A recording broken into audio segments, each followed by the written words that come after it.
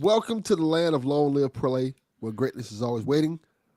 Welcome to the PlayStation Experience. I'm one of your hosts, Delvin Cox, and with me, as always, is the Platinum Princess herself, Miss Hayley Nicole Miller. How you doing, Hayley? Good. Just well, not great, but I'm here. We're all here. Yeah, that is a fact. Also with me is the Lord of PSBG, my boy Snerts. How you doing, brother? I'm alive and happy to be podcasting with you two lovely people. Yes, I agree. I'm also happy to be podcasting with both of you. I wish I could come on with some better news. Just as I thought that 2024 wasn't kicking us in the ass enough, we lost legend, and that's not even using that word lightly. Film legend, voice actor legend. Just found out this news literally seconds ago, right before we recorded it. Kind of punched me in the gut. We lost Tony Todd, and for those who don't know, Tony Todd was Candyman. He was in a lot of things. People know him from Candyman. That's probably his most famous role. He's been in the movies like The Rock, Final Destination. He's also really well known for. But he's also I've never seen Candyman, but I've seen all the Final Destination movies. So. Yeah. Well, I'm checking his IMDb right now as well, and it looks like he was the voice of Venom in Spider-Man 2.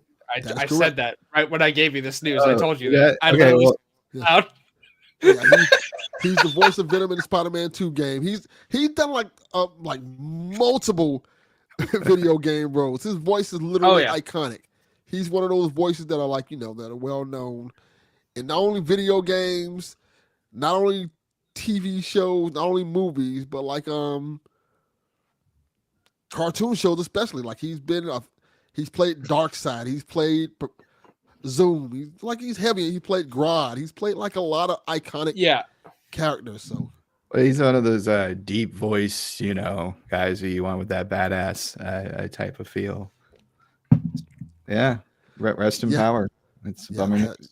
This has been like, it's been rough. Like this year has been rough in terms of people that I like, respect and love. In terms of my legends, like Quincy Jones was another one that I was like, that's my guy. Like Quincy Jones. And then you look at James Earl Jones is like all the legends that I know that I grew up on are passing away this year. Yeah. It's a lot to take in, to be honest with you. It's a lot well, to take in. As sad as it is, I am glad that the two Joneses made it into their 90s and seem to have a very fulfilled life. I am tired of people dropping in their 60s and early 70s here. I feel like more of us should be making it to 80, but that's not how it works. Yeah, I would love nothing more of a lot of our legends and a lot of the people that we admire, respect, and love live long lives. That's one thing that I'm big on. I think it's important, have a long, fulfilling life. I want people to live forever if they can, especially the good people, but it doesn't work like that. Yeah. Hey, Raven just mentioned that he was also the voice of Venom in Spider-Man 2. You don't say. God damn it, you don't say. Sorry. Yes. Listening is hard. He was also really good as Zoom in the Flash TV show. So yes, fantastic. Oh. Yeah. And also, if you ever interact with him on Twitter, one of the nicest guys. Yeah, nice. he loved interacting with fans. So yes, if I'm correct, and this is not like a humble bragging, like I think he follows me on Twitter. Cool. Yeah, he's Yeah, some of the celebs are like that. They really engage with the fan base. Mark Hamill comes to mind. Nobody here is gonna know who this is, but Stephen Ford follows me on Twitter as well. Yeah, I know who Stephen Ford is. Yeah, he played the villain in season 2 of Teen Wolf. So. There we go. Yeah. My favorite one that I got was Mike Price, a writer from The Simpsons, followed me back after I commented on the Gutting the Sacred Cow episodes he was on. I always appreciate it when people are willing to take a few seconds and just kind of do the like, retweet, comment. It makes us lowly folk who aren't as famous and whatnot a little bit happier sometimes. Yeah, it does. I think when you have people who you admire and respect, and they follow you and they comment and talk back to you, it means the world to some people. Like I'll give a positive story, which I'm not going to talk about, but I'll talk about it because we need some good news. We need some light. Yeah, we do. So Matthew Dawson, who's a listener of this show, and he created the Mortarverse. Mm-hmm. On Halloween, he sends me a message, and it's his nephew dressed as Green Lantern. And I'm like, he's like, guess who he's dressed as? I'm like, he's Green Lantern. He's like, no, he's your Green Lantern. Nice. I'm like, what? He's like, yeah, he specifically told me that he's dressed as John Stewart Green Lantern, the Green Lantern from your show that you made. And he was excited. I'm like, that is amazing that his nephew decided to be John Stewart Green Lantern. And because of me, I'm like, yo, that's some good news. That's some feel good stuff, Yeah.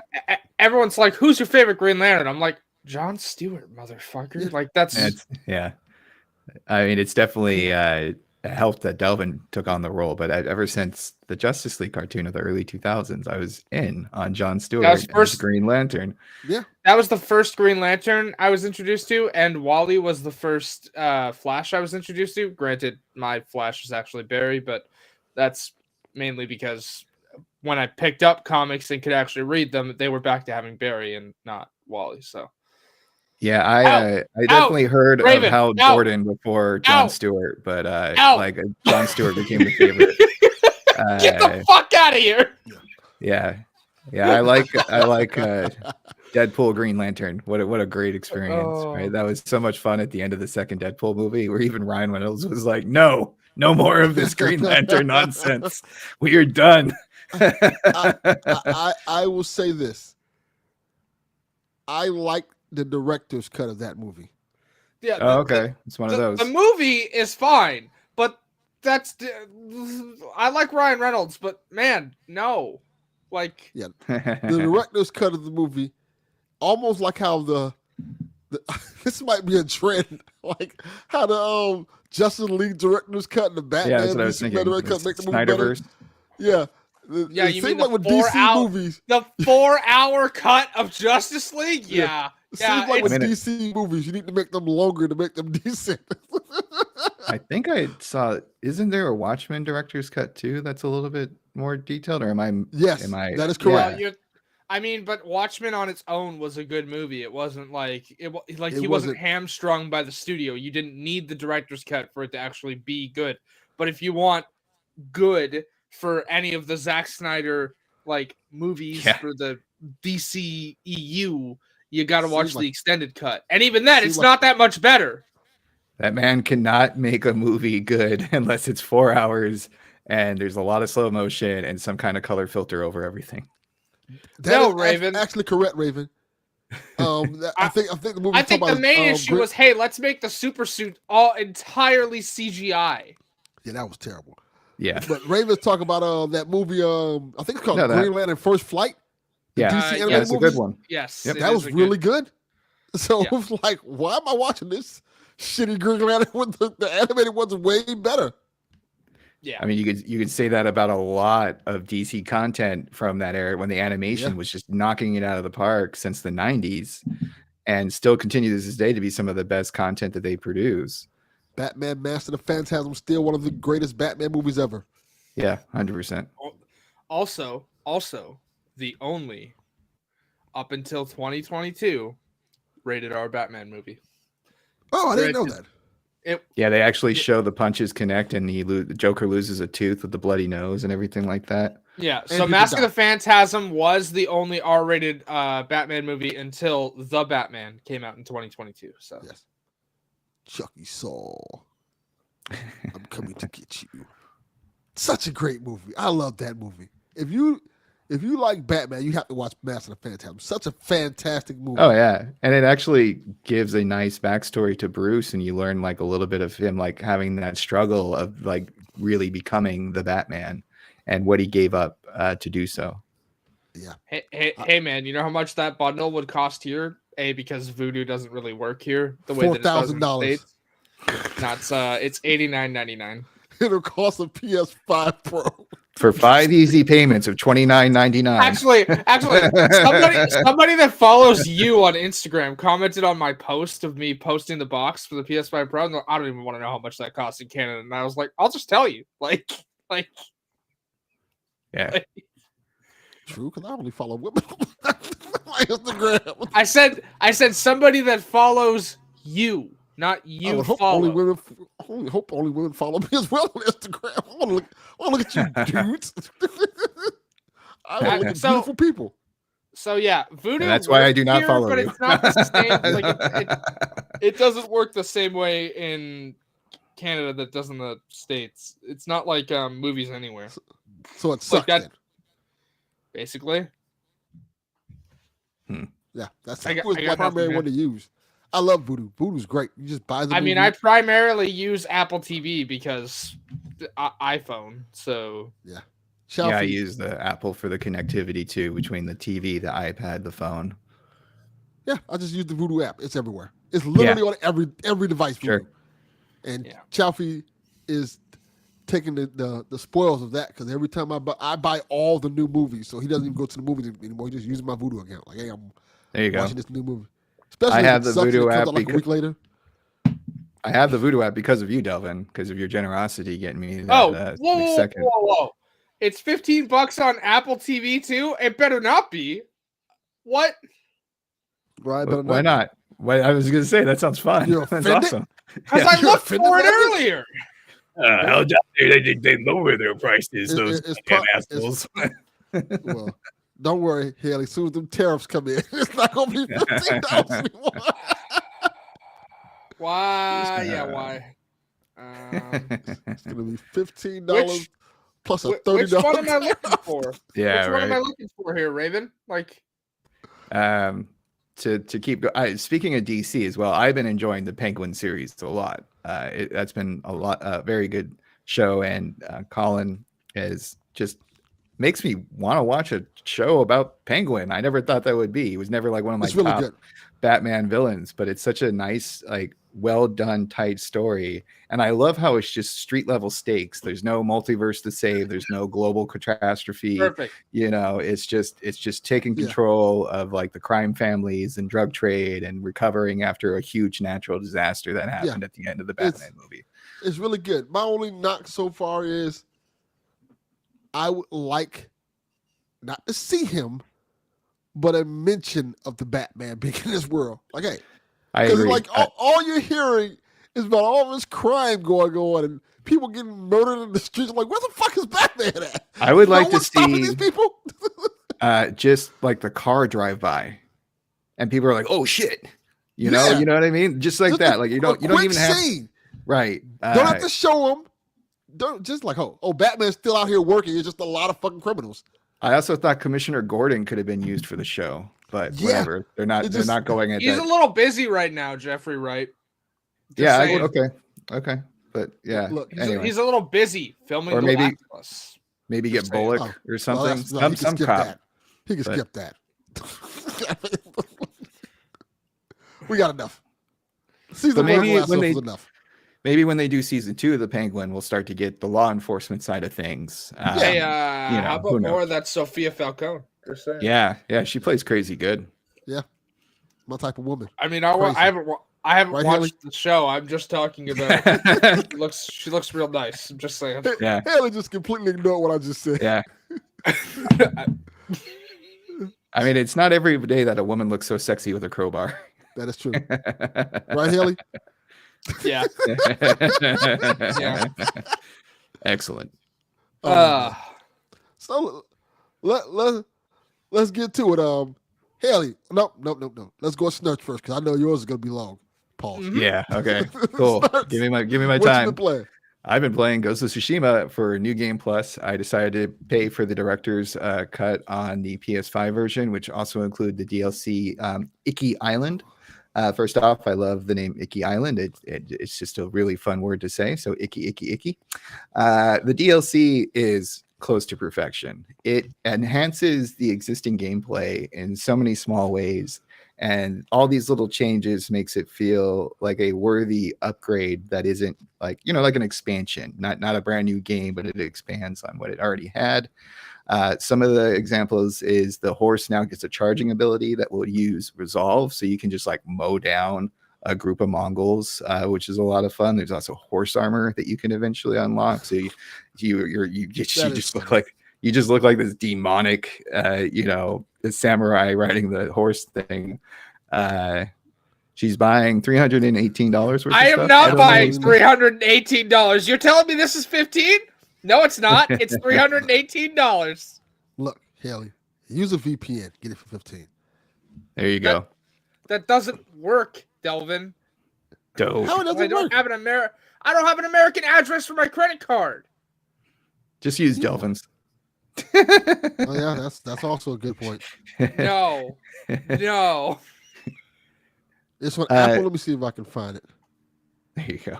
Other things that I like about Icky Island. Snerts, not to interrupt you, just before we go too far. I did click the link Raven put it in. When I click to it in our store, it tells me content unavailable.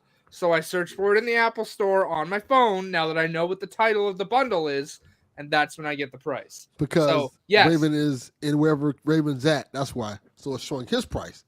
So if you use your VPN, it will go to the correct price. That's why you got to get a VPN, Haley. I learned this because I can say this. Fuck it.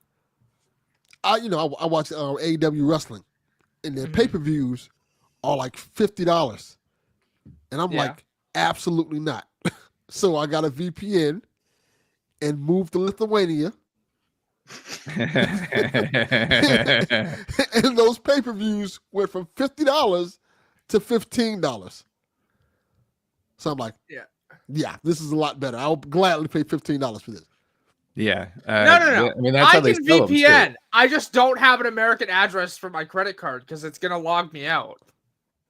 If you use a credit card, it logs you out? No, if you use I didn't have that problem at all. If I use a VPN to try and buy something through whatever product, doesn't matter because of the way the Canadian law works, yes, it will log me out and make me log back in, and then it'll want a billing address that's American. Trust me, I know. It's the reason I don't have an HBO Max subscription. Do you know how many times I've used my credit card in Canadian? You out of all people should know this, because I use it to buy stuff for you. I'm aware, dude. And it's never logged me out. It's like, oh. Delvin. You're shipping from your place, correct? Canada fucking sucks. Let's just. It is the second worst place to live besides the one we're in right now. It's all the worst place. Yeah, we overlapped y'all this past week. Hey man, we're gonna be there in October. Relax. On your left. Same fucking idiot. Yeah, we pulled the Captain America on your left. All right, Snerts, continue with Icky Island. So one of the other changes they did is enemies now have multiple weapons. So they'll be switching up from a shield and sword to double swords to a spear. And that's rad because you're going to be switching up your stances to figure that all out. And so it actually adds to the intensity of it, because usually you're in a fight and you're just doing one stance for one enemy, and now you're going to have to switch it up between multiple ones, which is a really a great addition. And also they have shamans that will give people buffs. So it's a classic thing like they have in God of War and other games where you got to take out the person, give them the buff first, and really just, again, mixes up the combat, makes it feel different than the main game, which I really appreciate. Give them the buff first, right? Yeah. Because the second time I give them the button, like, what kind of game Yeah, are you first playing? time you give them the butt, you get the power up. Yeah, this is you know this. Party, okay. Yeah, I appreciate man. it, Ghost. grind them cheeks and What you get the version power of up. Ghost of Tsushima are you playing? And The Steam version. they also have a new mini game where you play a flute to like. Oh, you've already told us about the mini game. Yeah. But this one's with the flute. So first the butt and then the flute. Okay, so you play the flute to win over little animals. Exactly. You got where I'm going. And you use the motion controls to get the flute going. No. Yeah. A little. And then the little kitty will come and let you pet it. Yeah. Take that, Astro. Yeah. And I usually don't like the motion controls, but for this one, it was actually kind of fun, and it makes sense. It's not like Peter Parker at a goddamn Ferris wheel being like, "Woo, I'm on a Ferris wheel," and all this stupid nonsense. It actually feels pretty fun to play the thing. You mean you don't get toppled by a fridge? Because right. Yeah. And it's just a really, and the story's great. We have a new villain who's this lady named the Eagle, gives them like weird trippy like poison stuff that does hallucinogens, very similar to like a fear toxin of the Scarecrow when we were talking about Batman stuff. Yeah, could be, definitely. And we dive a little bit more into people do toads and shit. Lick toads. That's what Homer did in Missionary Impossible. Yeah. Here we go. Ooh. Go licking those toads. Yeah, and I'm just having a blast, and it's beautiful. It's just a fucking amazing game. And this is the first time I played it on the PS5 with the newer TV, and it's just gorgeous. I mean, it is one of the reasons this game is so praised, is that it really does deliver everything, but it is not completely perfect, because I found a couple fun bugs where Jin will just pop up into the air all of a sudden and then pop back down when you're trying to interact with something. But it's nothing game breaking, and it's only happened twice. And I always love the silliness of bugs. Like, when have you discovered the bug where you can get soft locked in the air by arrows? I don't think I have not discovered that one. No, I don't want that one. That doesn't sound good. You'll just die. It's very funny. So like, if you get spotted in a camp, this is probably early game, but I think they also might have patched this. It did happen like at launch. There's plenty of videos of it. If you try to jump into an enemy camp where like there's overwhelming enemy force, you can straight up just get, someone will shoot an arrow at you, and they'll just keep doing it. So you're just bouncing in the air and you're not.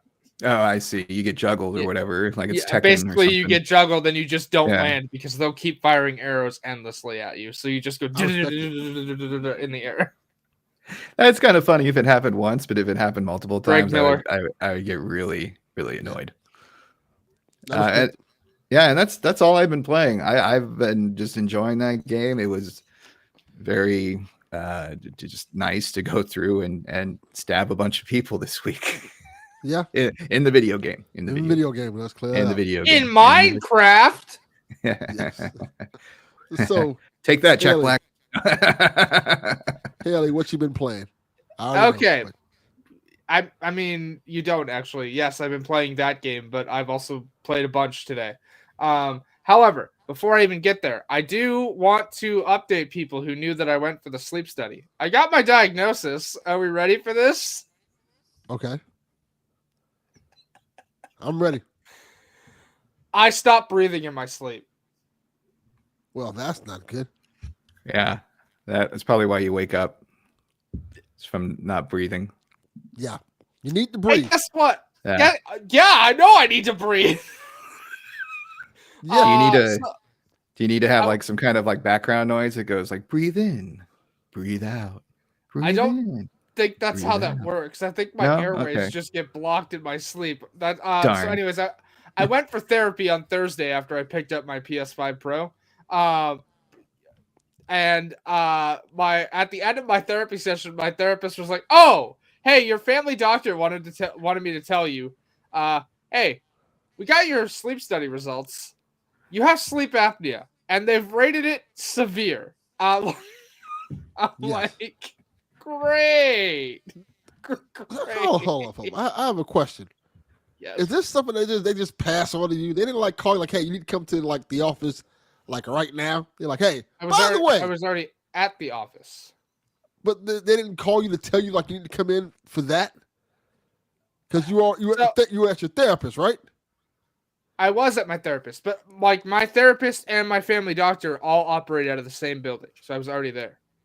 But they didn't call you in for that part. Like once I found out that hey, you could die in your sleep, I think that's like comes priority. Like hey, maybe we should like let her know right now. Well, so here's the thing. They only got my results that morning. Like okay. So like because it felt I like did they the were sleep. like, oh, she can die on her sleep. Oh, that's fine. We'll catch you next time when we see her. We'll see her on Wednesday. It's gonna be cool. Don't worry. No. Yeah. Be cool about it, bro. So here's my favorite part to answer Raven's question of CPAP incoming. Who fucking knows? Because here's my favorite part. We don't do the sleep study at my actual doctor's office. They had to send me to like a sleep disorder clinic where I stayed overnight to do this study. Okay, I did that study in October. It is now. I got this result over a month later. Okay. Guess when my appointment with the actual doctor from the sleep study clinic is? February 2026. Before last night, it was scheduled for June 6th, 2025. Wow. And as of last night, it's now scheduled for March 7th of next year. That progress doesn't make any fucking sense to me. You've rated this as, hey, you could die in your sleep. And you're like, yeah, we'll see you in 8 months. What? So essentially, they're like, bitch, survive till March, and then we'll get to you. Just live. What kind of dumb shit is this? Like, yo, what is going on? Yeah. So, Yarden, when I called, my doctor, as soon as he got these results, was like, they've rated this as severe and they're not seeing you until June. Because, like, I saw him last week and was like, hey, do we have my results yet? And he was like, no, I will call you as soon as we have them. But then he got them when I was already coming in for an appointment. So he just passed it on to my therapist to tell me. Right? So he was like, here's what I'm going to do. I am going to try and get your appointment moved up. They called me with a cancellation for the 20th of this month. Now, here's my favorite fucking part. I missed this phone call by half an hour. That appointment was gone. And the earliest one they could get me in for is fucking March 7th. Wow. What? So now I'm on a list for more cancellations to see if I can get it sooner. Right. Yeah. But I have a dedicated appointment in March. This is annoying, dude. I am literally at risk of dying in my sleep. Also, here's my favorite part. How much do you think a CPAP machine costs here? Oh, God. This game is $20,000. We got to come up with some kind of theme music. Guess that price in Canadian dollars. Yeah. $2,700 minimum. Minimum. Now, our Ontario health insurance program will cover 75% of that. But, bro, that's fucking... I hate that. I hate that. Yeah, that's pretty bad. Yeah. That's still going to be $700. Yeah. The fuck? I don't know. Yep. Don't want you to die. I don't want to die. Yeah. Is there anything you can get until you have like the treatment or whatever they do for you, like in March? Is there anything you can get temporarily to help with this? I don't know of anything. I gotta look into this. I only found this information out on Thursday. I'm looking now. Yeah. And she had a PS5 Pro to play, like, you know. Yeah. Can you get Lord have mercy. This woman. Like does the PS5 Pro have a CPAP like hookup? Yeah, it should come with a CPAP. You know what I mean? Like you just plug it into the USB cable and the PlayStation, and it just starts running. So yeah, I also choose life because I haven't wanted to. Is it illegal? Is it? Tell you what, We'll give you a CPAP if you give us something else from Canada. What do they got in Canada? We'll do some smuggling. Yeah, nothing. Mooses. No, Yarden, Mooses, it's not illegal. beavers. It's not illegal to import medical supplies from the U.S. It's just usually if I were doing that, like, I would be paying the conversion fee on it. So, let's say it's $400, I'd be paying $600 to get it here. The problem there, I genuinely is I don't even know where to go to order this stuff legit, because I've looked, like, as soon as they sent me for this study, I started looking at this stuff, and a lot of the websites I found for it are kind of sketchy. So I'm like, is this an actual come to site? back alley, get CPAP, no problem, you got it. Yeah. Well, I'm looking up stuff now. It says well, I looked up sleep apnea. It says sleep apnea is a chronic condition that can be treated with lifestyle changes, breathing devices, or surgeries. These lifestyle changes include getting regular physical activity, maintaining a healthy weight, limiting alcohol or caffeine, quitting smoking, and sleeping on your side. Okay, so well, I can't sleep on my side because I get migraines, so that's out of the way. Jesus, Haley. I am not kidding you. That's wild. I can only sleep on my side. I have a hard time sleeping on my back unless I'm just on the couch. Also, hey, just gonna point out, I have these things on my chest. It's very uncomfortable for me to lie on my side. Just saying. What about those knockers? Yeah. Yeah. I didn't realize knockers were hurting if you're on the side. I don't. Hey, okay. I don't have them, so like I just got little chubby man titties, so like I don't. Doesn't affect me at all. Be good. I sleep with 3 pillows stacked on top of each other, so like, you know, I'm not lying flat, right? Okay. So, yeah. I'm not all things for sleep apnea, CPAP machines now. Yeah. I like how this has become another "Let's Save Hayley" segment. Yeah, I'm gonna start making Haley. Hey man, I drink water. The soda I was drinking has no sugar in it. Like, what are we like? Here's another section of "Let's Save Hayley." Let's save every week. Let's save Haley. It's like I've been listening to too many of these shows with like jingles and games and stuff like that, so it's like fresh in my mind. Too much willpower. Just straight up. I want to live. The last time I wanted to die, I was 14. Okay. Yes. Like, there was a game that I think was on PS4. Oh boy. Where you had to save this baby from like killing itself. Oh wow. This game? Jesus. Yeah, it was a game. It was supposed to be like a comical game. It was one of those like, you know, like they had the games like physics-based games, and the baby would like just go into danger, like the baby would, like walk into traffic and shit. And you have to be the dad. You have to grab the baby, or the baby would like try to turn on the stove. I can't remember the name of the game. So it's basically like the opening of Roger Rabbit with the cartoon and the baby, right? Yes. Let me see if I can find the name of this game. D-Life, I drink like 2 liters a day. Yes. Raven. Now I almost said it again. I don't know if I want that living forever. That's just between us. Oh boy. You know Kyle's gonna clip that out. You know that, right? Should I start a YouTube channel where I just do jumping jacks for 5 minutes? Fuck. Yeah, might be good for my health, and then the little man boobs will go away. Also, does she have a fan yet? Yeah, I still have a fan. It sounds like an airplane taking off. It sure does. That's an industrial shit. I found the name of the game. The game was called Who's Your Dad? Perfect. No notes. Yes, I'm gonna give the description of it. One player is Delvin's internet rebel. All right, it's one player is a daddy, the other is a baby. Daddy's job is to protect the baby from harm for a few minutes.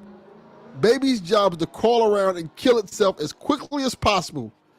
Just to repeat that, the baby wins by dying. Wow, the graphics on here too, they look like mannequins. Like it looks like a sim level of graphics here. And the dad looks terrified. And there's like this burnt, crispy baby who's flying away from an open electric socket. And it's just like very cartoon physics. It's hilarious. Yes. Yeah. I don't know why I remember that. I think it became the PlayStation or something like that. Oh, yeah. It's on Xbox and PlayStation. Yeah. Wow. Who's your daddy? All right. What a game. All right. Anyways, now that I've updated people on my, hey, I potentially die in my sleep. What have I been up to this week? Well, John 33 gave a great quote. Given the curse in the world. Well done, John 32. Yeah. Oh, yeah. Yeah. Yeah. Maybe that's why you remembered it, Delvin. You're like, yeah. I'm just Maybe he had the right idea. Yeah. Yeah, Right. So, anyways, I went. You win, baby. You win. I went to pick up the PS5 Pro on Thursday morning, and I traded in my old PS5 and got $415 trade credit. Now, here's my favorite part. When I went to trade that in, I still owed $267.40 on the Pro, right? It's not bad. Trade in. They're like, hey, we owe you $200. I'm like, huh? Are you doing that math right? Like, you don't question that when they say you get money. No. Unless you're supposed to get more. No. It was like credit, right? Like store credit. They're like, we owe you $200 store credit. And I was like, are you sure about that? Because this is what I owe. He goes, yeah, I see what you owe. I'm telling you what the system goes. I'm like, okay, cool. Here's what I want you to do then. Give me a disk drive, because they had allocated some for the pros, and turn the rest into PSN store credit. And they were like, cool. And then they were like, hey, we still do the physical cards for this. So what value do you want for your PSN card? I was like, huh? You guys used to print them out on receipts. What? They said, this is Canada, eh? We don't do that anymore. Anyways, I got a $75 PlayStation Network card, and the disk drive cost me $100 of my store credit. And there was still $13.75 left, which I threw on a gift card. So, since you brought it up, I have a funny story about that PS5 disk drive myself. So, as people know, I also got the Pro. Excuse me. I also got the Pro, right? So I said, you know what? I got the Pro now. I need the disk drive. So my first thing is, I don't have time to really go nowhere right now. Let me just order it from GameStop and they can just deliver it tomorrow. So I go on GameStop online, right? Yep. I go on their site. I see they have it in stock. It says same day delivery, right? Yeah. I said, okay, perfect.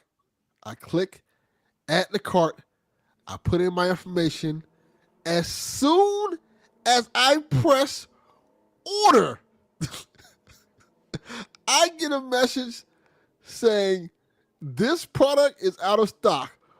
We took your money, but we're going to give it back to you 3 or 5 days. I was like, man, suck my dick. How the fuck y'all going to immediately take my money out my account and be like, nah, we ain't got this, but we'll give your money back in a couple of days like a goddamn loan shark. That's not a fucking loan. Give my money back, bitch. What's going on with y'all? Like, as soon as I pressed order now, they're like, no, we don't have this. I feel like they scammed me. Up until this week, the disk drive had not been selling out in the US, but selling out everywhere else. I guess it just started selling out instantly in the US as soon as the Pro launched. That's fucking wild, though. They shouldn't have even taken your money. If they didn't have this, why'd they let you check out? What?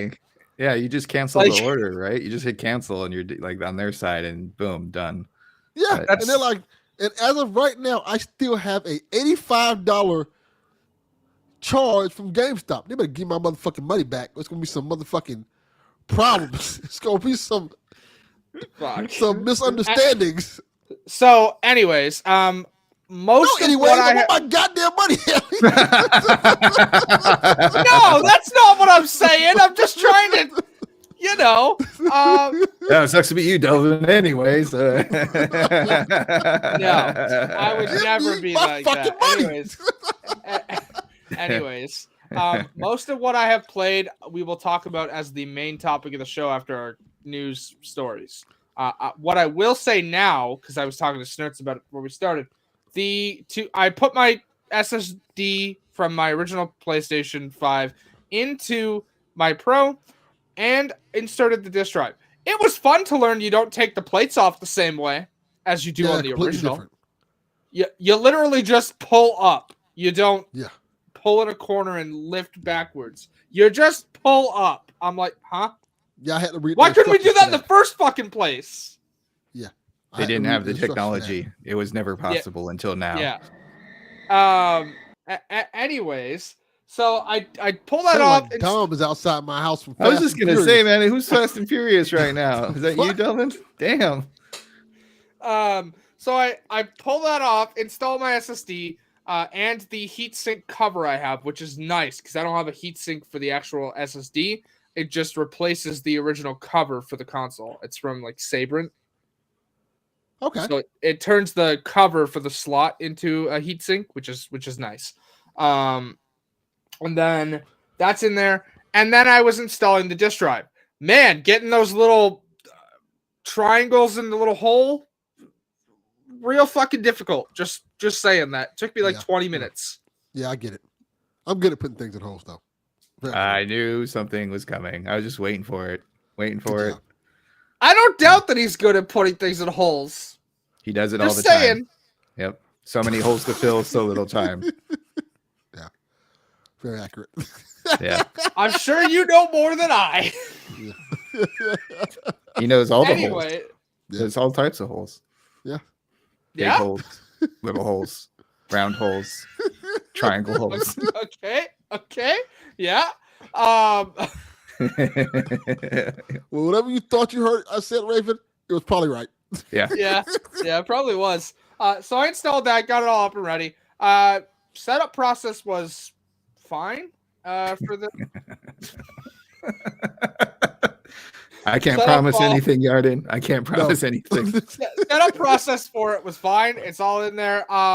And when I transferred my save data and everything, it was super easy. I just put all my save data in the cloud, and I transferred all the games to the SSD, and everything came up. So I didn't have to download anything that wasn't already downloaded, except one. I found one game that I have to re-download that was on my SSD. You ready for this? Because it's the most out-of-pocket game I've ever seen do this. Which game was it? I'm curious. The Outer Worlds Spacer's Choice Edition.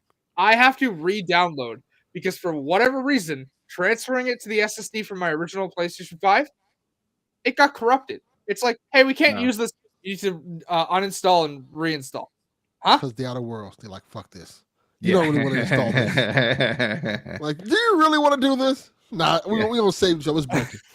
It's broken. It doesn't work. It's not like you're gonna really. I mean, were you gonna pick that game first? You're like, man, he screwed me. Outer Worlds is gonna be the first one to check out all this new tech. Yeah. No, but I enjoy playing the Outer Worlds because it's Obsidian and I like the way they do their worlds. So I believe you all when you say it, Haley. It was. I enjoyed it. I don't think I'm as big a fan as you are, but it was an enjoyable game. And I got all that set up and I've been testing things out. Like I said, we'll talk about most of what I tested for our main topic after our quick stories. But what I've mainly been playing, and I don't know how far Delvin got because it's been a shitty week and whatnot. But Dragon Age. I've been playing Dragon Age of Veilguard. How you liking it? I am loving it. So I am still not finished Act 1, just to be clear. I know how Act 1 ends. Not like the whole events, but like I know what mission is the end of Act 1. Okay. And I'm pretty sure it's coming up, but like right now, I have not finished Act 1. I'm level 30 already. Okay. I've been doing that. So like the level cap is 50, just to be clear. Oh, you're over halfway there then.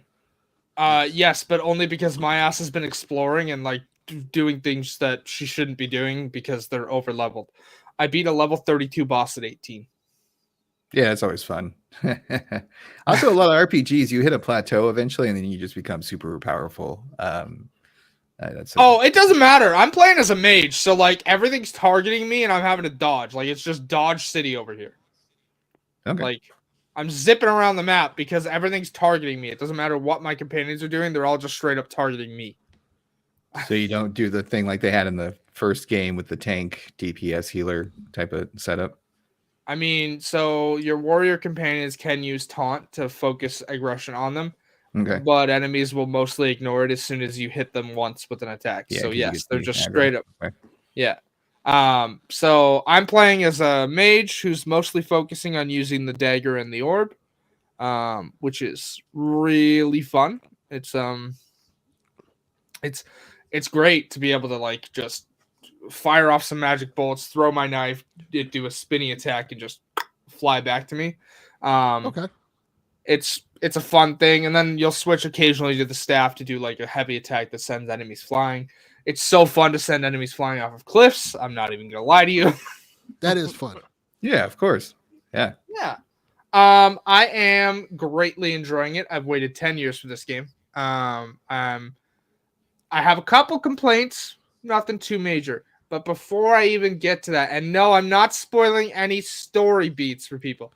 I am going to talk about something which some might consider a spoiler, but I can't talk about it without saying what it is. So if you don't want to hear that, I apologize. I'm giving you a warning. 5, 4, 3, 2, 1.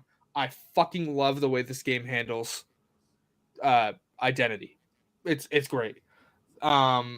It's like, so character creator, you choose how you want to identify, what your pronouns are. That's great. But then once you get to your base of operations, one of the keepsakes is a mirror. And when you look at the mirror, it gives you a bunch of options to choose from. One of these options opens up another set of dialogue choices to allow you to establish your identity as a trans person, if you wish. You're not locked into it when you click it. There is an option to back out if you don't want to do that. Yes. But this game does let you do that. And it is so fucking nice because I love the games are like, hey, you can do this in character creation, but then it never gets acknowledged anywhere after that. Yeah. Yeah. I mean, that's how Cyberpunk was. Mm-hmm. Yeah. And Cyberpunk did it like not well, I will be honest with you. Yeah, because it was pretty cookie cutter in my opinion. They just like, here's a couple voices, pick your genitalia, and that was about it. Oh, but see, it's even worse because they don't give you the option to select your pronouns. In Cyberpunk, your pronouns are tied to your voice. Correct. Yeah. Here, you can have any voice you want, but your pronouns are selected by you. That is correct. Cool. Which is dope. It is. And you can change the pitch of the voices too, which is awesome. So anyways, I selected the option to identify as trans, and it's already come up in conversation a bunch of times. It's super nice. It's handled really well, which I imagine it would be because the game director is trans, but also Laura Kate Dale worked on this as well. I didn't know the game director was trans. That's dope. Yeah, Corin Bush. Yeah, she's okay. Yep. I really think that's a really cool option to have in the game. And well, I'm interested now. How does it handle it because you said it gives you additional options when you play as trans? So it's like I don't know how far you've gotten. Like whereabouts are you, Delvin? I'm like 6 hours in. Have you gone to Minrathous yet? I don't know what that is. So you know the city you're in when you start, and then you go to the ritual. Have you gone back to that city yet? I don't know. Okay, I when met you some do, handsome guy who has wings, who has a demon as his homie. Yeah, that's why. Lucanus. Yeah, you've met Lucanus. Okay. When you've probably gone back to Minrathous once or twice so far, just saying. But when you go back there, one of the characters you can talk to, there's your usual like let's continue the mission dialogue, but underneath it's like more options. You go down there and then you can like talk to someone about it. And one of your companions has a central part in this as well, which it's really handled well. And for anyone wondering, let's say you character create and you choose identity woman and then select the trans option. Whatever identity you pick during character creation is how you identify as a trans person. So I picked woman, obviously, because that's what I am. But so I picked that, then selected the trans identity option for the mirror. And so my character is a trans woman, and it's reflected in dialogue relating to that when it comes up. If you picked a man, it would be like that. And if you picked the non-binary option, it would reflect that. It's super well done, and I love it. Let me ask you this question then. Yes. Does it affect your romance options? I know that it can come up during romances, but I'm not far enough in the game to have advanced romances to see it myself. Okay, that's what I was curious. I know that it will come up during romances because my friend, my best friend, is farther in the game than I am. So, because I was curious because I want to say it was Cyberpunk. There were certain characters you couldn't romance based off of. So the way Cyberpunk did romances was very limited. So like you had 2 straight options and 2 gay options. Correct. One for each gender. So if you were a woman in Cyberpunk and you wanted to be gay, you have Judy, and if you wanted to be straight, you have River. If you were a man and you wanted to be straight, you have Pan Am, and if you were gay, you have Carrie Eurodyne. But there's even a further wrinkle. If you made your character trans, through character creation, let's say you made a woman, but you did not select the default genitals for that model, you couldn't date Judy. She just wouldn't go through with it. So you were locked into only one romance option. It's super limited the way Cyberpunk does it. And don't get me wrong, I like Cyberpunk as a game, but like there are some criticisms to be had with the way that it handled trans identity in that. Yeah, that's why I was curious. Seemed like Dragon Age is doing a lot better job at it. It is, for sure. And from what I know, yes, it can come up during romances. I don't think it locks you out of any of them, if that's what you're asking. That's the question, yes.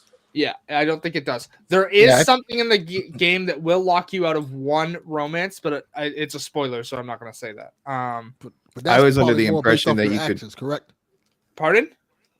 I was curious. That's probably based more on your actions and certain things, correct? Yes, yeah. It's based on a story choice you make, so... I thought I read that you could romance anybody for this new Dragon Age game. Yeah, you can romance any of your companions, yes, but there is a story choice that will lock you out of one. Sure, yeah, that makes sense. Yeah, I mean, when you kill their cousin, I mean, they're not going to like you anymore. So yeah, like you're not like it doesn't matter your identity, as opposed to like say Inquisition, where like if you were gay, you had a couple of options. Like there were a couple dedicated gay options, a couple dedicated straight options, couple bi in Inquisition. Here in Dragon Age Veilguard, anybody is open to anything. So that's really neat to see that kind of fluidity in companions, because it is traditionally very strict. It almost reminds me of KOTOR 2, where like everybody can become a Jedi all of a sudden, you know, like you know, they be like, "Yeah, we're down, let's do it. Everyone's lightsabers for everybody." You know, that's so cool. I will say one of my complaints, and I love Varric as a character, but man, I just did the mission. You don't need to give me a recap of foreshadowing what just happened with Varric. Like, I know, I was there. You sure you were there? We got to tell you again, just in case. Yeah. It's cool art, and it's just voiceover of Varric being like, and foreshadowing this. And I'm like, man, I just did that. And yeah, I picked up on what you're foreshadowing on. It's great. Thanks. Like when cartoons or serial TV shows are kind of like, let me tell you everything that happened in our last episode, and then for the last 5 minutes of this episode, we'll have something different. Yeah. Last time on Dragon Ball Z. That's exactly what I was thinking, Delvin. Yeah, exactly what I was thinking. Beyond that, I don't really have any complaints from what I've seen. I've seen people going, this game feels like Nick Jr. dialogue, and I'm like, have you fucking played Dragon Age? Because no, it's Dragon Age. Like, don't be slandering Nick Jr. Yeah, I'm not. How dare you people slander Nick Jr.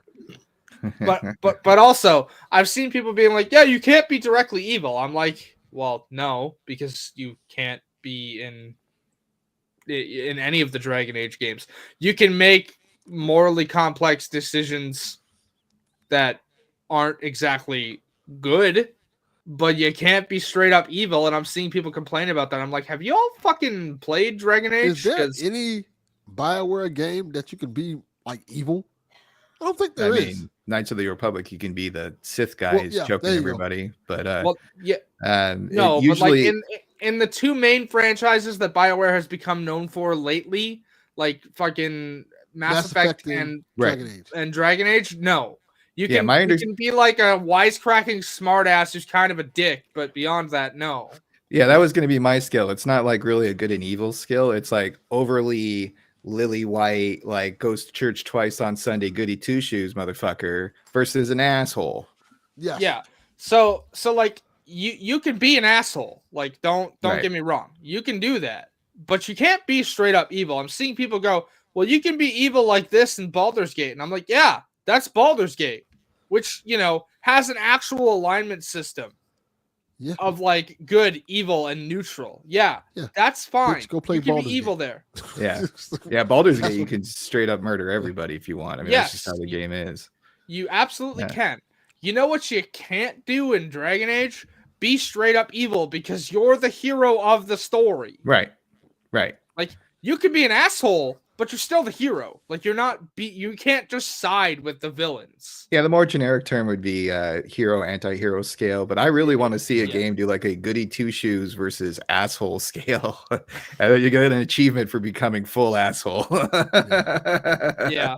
But like no, I'm having a blast with it. I've loved Dragon Age since Origins.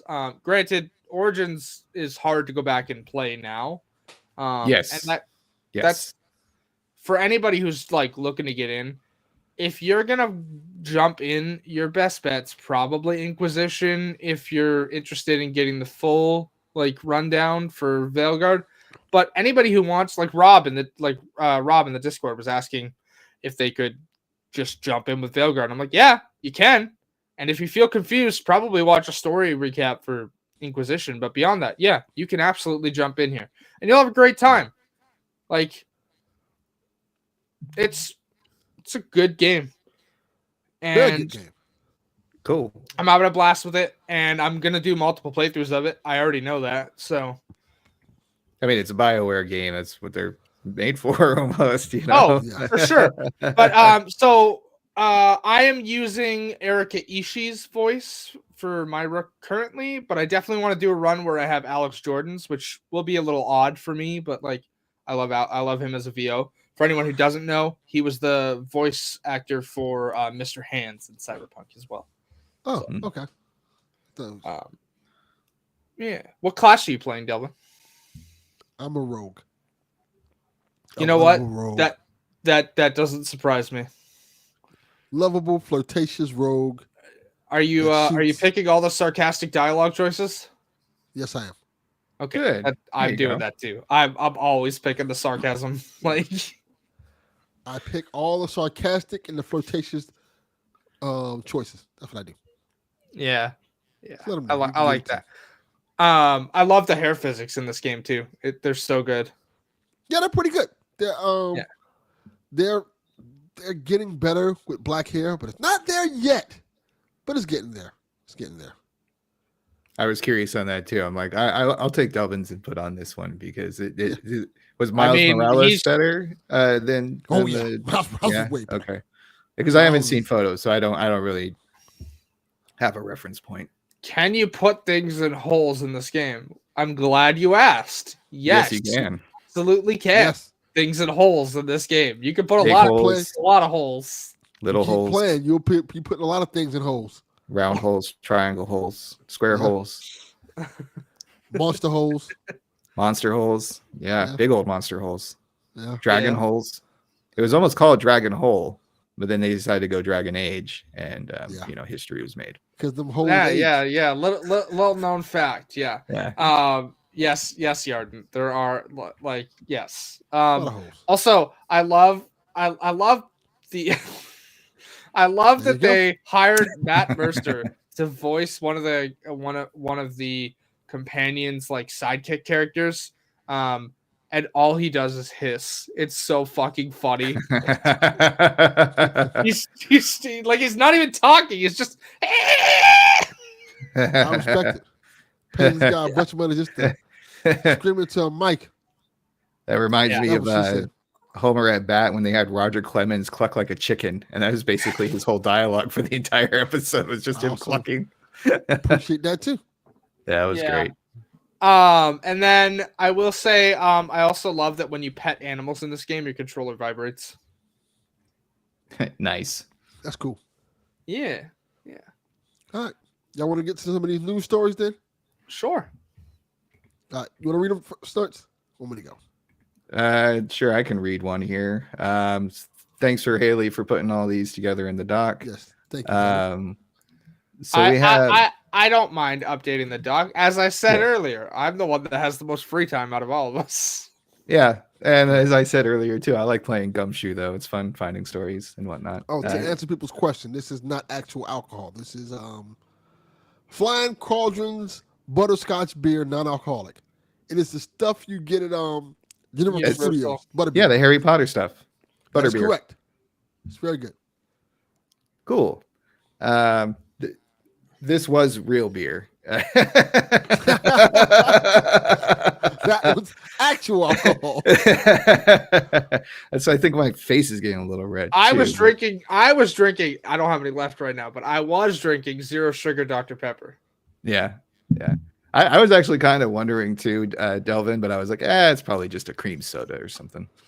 Yeah. Anyway. I figured people would look like that. Did Delvin get drunk on the show? He never does that. Yeah, they finally broke him.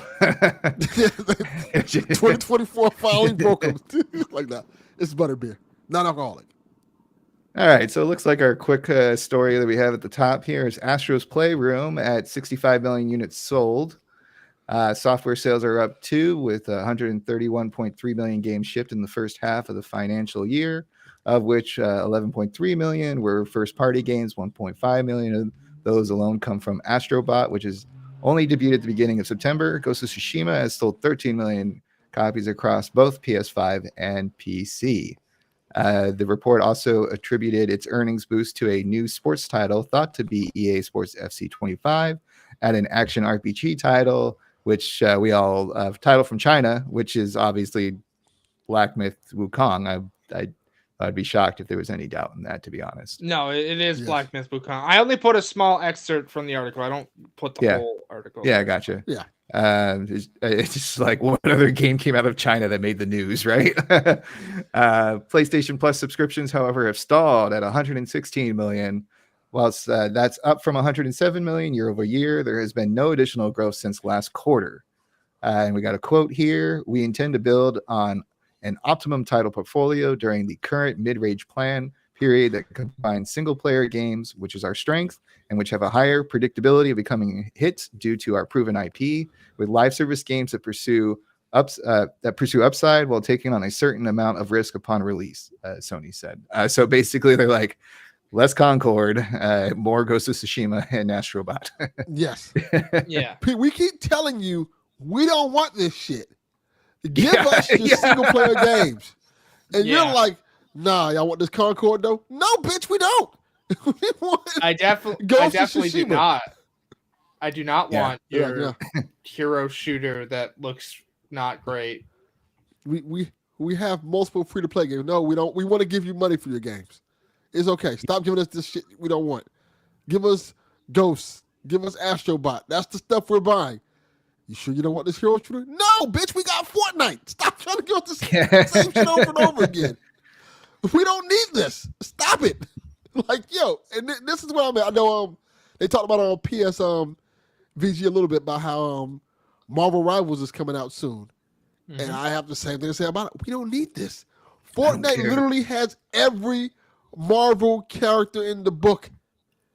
Why do I need this other game? Like, in terms of like free to play shooters. You can say that, but Marvel Rivals is absolutely going to do gangbusters. Also, hey, D-Life, they're absolutely going to try to mail them. How's that going to work? That's a fun typo. I'd like to know how that works. Dicks for everybody. Mail Marvel Rivals? Damn.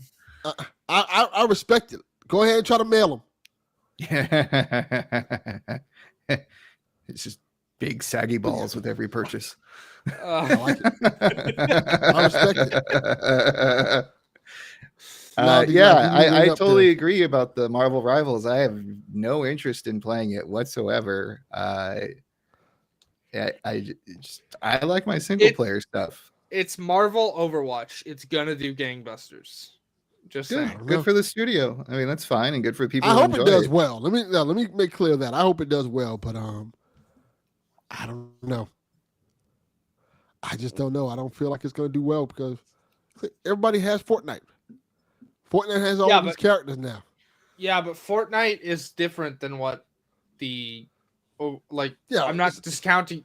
I am not discounting Fortnite. Fortnite is like one of the largest online games and they make the most money. That's not what I'm saying. I am saying Marvel Rivals is catering to a different crowd. They're catering to the Overwatch crowd, not the Fortnite crowd, because the Overwatch. No one's playing Overwatch. Yeah. That's why. Yeah, it could work. I mean, what it has going for it that Concord didn't is the IP. You know, you have recognizable characters, and you might get people who aren't really too much into video games, but they heard about this Marvel game, and they're kind of interested to see what it's like to play Magneto versus Venom or something like that.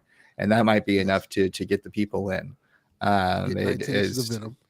Right, 19 inches of Venom, you know, and or the Venom horse, or the Venom frog, or yeah. I can't wait for Venom Frog to fight Thor Frog. It's going to be great.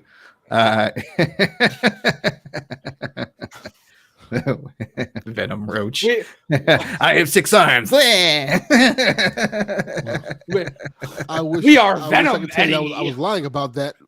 No, I know you're not. I haven't seen that movie, but yeah, I know all of the things that Venom becomes in that movie. It's something. Oh, has he become Dr. Doolittle and has his own menagerie or something like that? Like, no, he straight up like just possesses different things. Like I saw the horse. He possesses the Venom horse and I saw the Venom frog. Yeah. Okay. Yeah. Does he lick the frog? Not a good one. Does he lick the frog? I don't know, man. Frog. I actually just rewatched Venom 1 and I was like, you know what? This kind of feels like Constantine. If I just don't like try to pretend that it's really connected to the comics anyway, it's just a fun little romp. It's fine. I will say this. It's funny and sad. Out of all those Sony Spider-Man movies without Spider-Man, Venom is the best one. The Venom series is the one that actually worked. Madam Web is terrible. Morbius is awful. Morbius is so bad. I haven't seen Madam Web yet. It's Morgan time. I also saw the villain from Morbius in something else, and I just couldn't take his character seriously. Okay, hold on. I forget what I saw. Character? Are we talking Matt Smith? Because the villain, that's Matt Smith. Okay, well, here's my favorite part. Go watch Matt Smith in Doctor Who, and you'll be able to take him seriously again. I'm not even kidding. That wasn't for you. Isn't that guy from Morbius? Just say, that guy from Morbius. That's it. I knew it was recent. He's in House of the Dragon. Yes, and all I keep thinking is this guy gonna turn into a bat? Like or some shit like that. Like I am genuinely not kidding. Go watch some of his 11th Doctor scenes, and he will take the "I can't take this guy seriously" out of you. Sure, he's really good in Doctor Who. He is. I'm sure. Yeah. And also I think he was personally hamming it up because he knew how ridiculous the movie was. Like once I figured out that like Batman and Robin wasn't supposed to be a Tim Burton movie, like all of a sudden I'm like, oh, that's better, I guess. But anyway, yeah. All right, well, we got a new PS Plus lineup for November. Hot Wheels Unleashed 2, Ghostwire Tokyo, Death Note Among Us. So that I don't know anything about the Death Note game is not actually called Death Note Among Us. I just put Among Us there because that's what the game is. It's Death Note, but Among Us. Oh, okay. Oh, got you. Boy, All right. When I heard about this game, I was so excited and so disappointed at the same fucking time. Oh yeah, because I love Death Note. Like I absolutely love that. I knew that. I think Donnie will say, "Hey, you know it's a Death Note game coming out." Like what? I got excited. Like no, it's a multiplayer game. Oh fuck, shit. It's not even just multiplayer. It's straight up just Death Note Among Us. Yeah. Like I don't want to play this. Then I saw it like, oh my God, what is this? The concept of it is cool, but I don't have enough friends to play this game. Wouldn't you want like a Death Note game where you could just kind of like write someone's name on the iPad or the trackpad on the PlayStation controller or something like that, and then they die? Right? Isn't that the whole premise of the anime show? Yes. I would think if they were going to make a Death Note game, you would be the guy trying to track down Light Yagami. Light Yagami is the protagonist / villain of Death Note. You'd be the guy trying to track him down before he finds out your name. Yeah. Gotcha. So it'd be like a detective game. All right, that sounds cool. Yeah, I know the basic concept of Death Note, but I have never. The funniest part is there's like 8 or 9 Death Note games, and they're all not good. I didn't know that many Death Note games.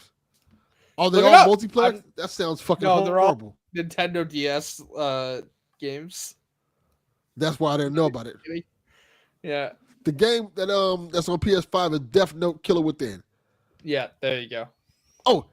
I was gonna get excited for a second. I thought it was gonna be it's on Steam, but no, this is the Killer Within. I'm seeing these Death Note games on DS or any other place I can play them. The only actually with the DS makes a lot of sense because you have the stylus and the touchpad. Mm-hmm. I mean, yeah. There's a bunch of Death Note games, but yes, Snerts, the premise of Death Note is that like whoever's name you write in the book will die. Now, you can be more specific than that. If you write dies by gunshot, that's how they die. But if you just write their name, they'll just die of a heart attack. I'm pretty sure the Simpsons did a spoof on that with one of their recent Treehouse of Horror episodes. Probably. It's a pretty short anime, but really popular. It's like 25 episodes. Yeah, I mean it's so popular that I know the basic concept of it and I could recognize the demon. It's so popular that Netflix did a terrible fucking live action movie starring Willem Dafoe as the fucking Yeah. Which also that makes sense a little bit, Haley. A little bit with William Dafoe. It does not. That guy's Willem Dafoe does not fit. I forget what the name of the spirit that helps with the Death Note is, but I just give him a Vegeta haircut and he's good to go. I'm glad I heard Vegeta because I thought you said something else. Oh no, it's vagina. Vagina haircut. That works too. Yeah. Have any played Hot Wheels or the other game at all? I have played the original Hot Wheels Unleashed, which is very good. I added Hot Wheels Unleashed 2 to my library, but I have not played it yet because I've been testing other stuff, which again we'll talk about when we get to the main topic. So, yeah, I think I might give that one a shot. Ghostwire Tokyo people like a lot. Ghostwire I've heard is good, but I haven't played it, so I did add it to my library though. So. Go. Yeah, I mean, a quest of vengeance and personal arsenal of abilities and unravel the dark truth. Sounds pretty standard video game crap to me. Sure does. Yeah. All right. Cool. Moving right along. PS5 Pro launches with over 55 games supporting and more to come. And there is a laundry list here. I didn't put any blurbs there because it's just like we're not gonna read all those. Yeah, exactly. Yeah, no. I wasn't going to do that. But it's a good list, and I'm looking at it right now, and it's pretty much everything you would expect to be on there is there. So all the games that didn't work a month ago, they work now on PS5 Pro. So there you go. Yeah. You know about Until Dawn what not working? It's because you wasn't playing on the Pro, baby. Yeah, for just give us more money and buy this new thing, and then your game will work now. Yeah. Yeah. Pretty much.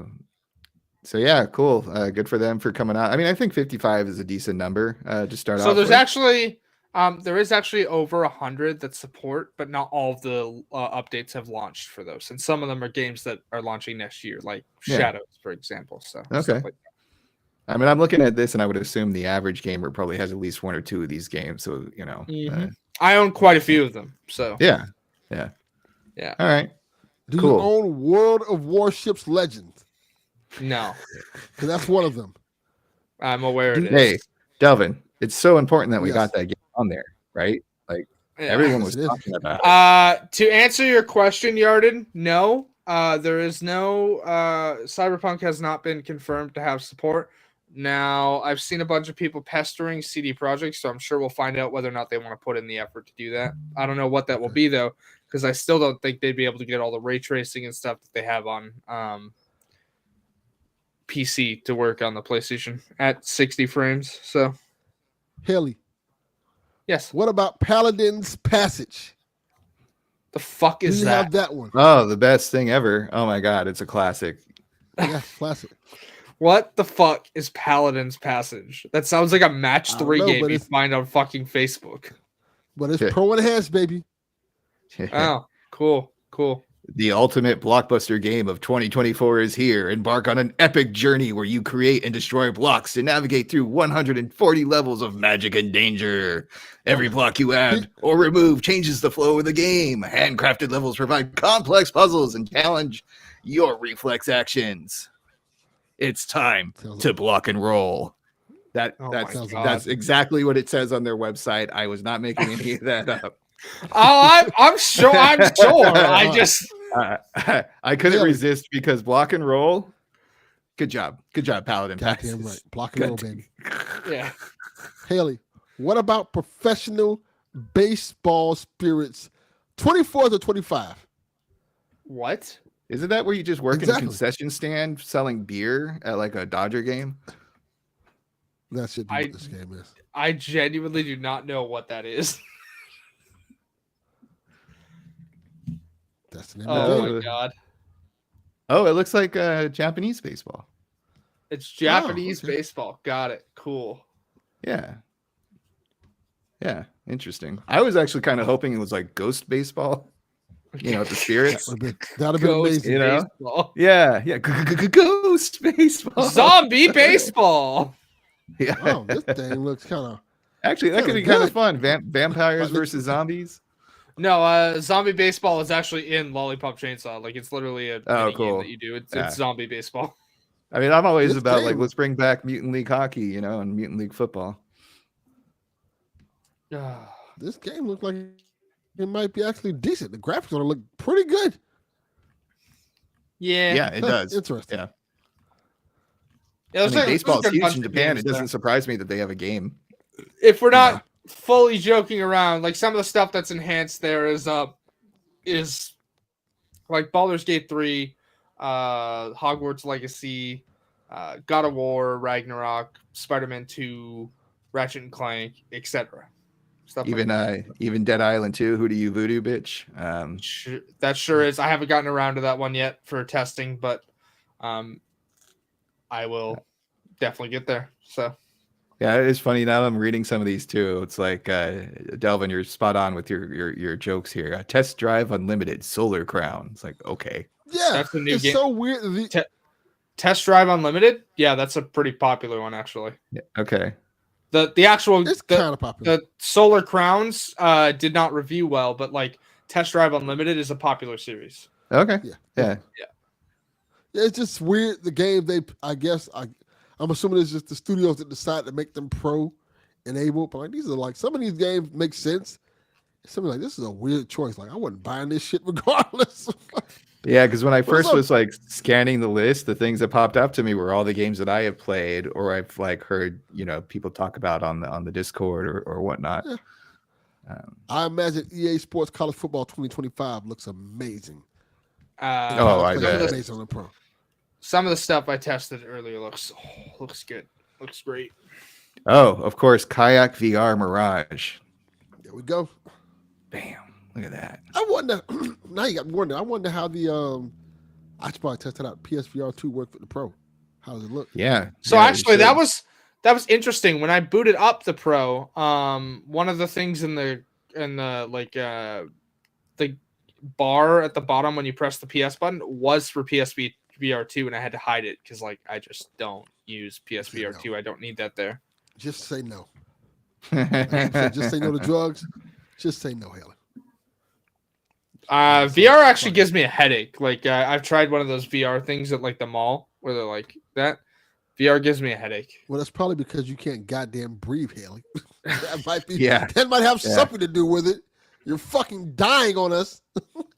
that may be a reason. I have a hard time with VR if I'm standing, but I'm usually okay. Hey guys, I get sitting. motion sick and headaches from VR. Yeah, it's because you're fucking dying. Okay, yeah, you got like everything wrong with you. Like, please live. We had a VR demo years ago of like an experience where you're on this slide that's outside of a tall building in London, and it like simulates you going down the slide. And there's a part of me, because I don't like heights, I was just like, this feels very uncomfortable. Yeah, I don't like those demos. Very, very uncomfortable. Because if you play certain games that have that, it'll give you the queasy effect, like you're actually like experiencing, like, this isn't what I want to experience at all.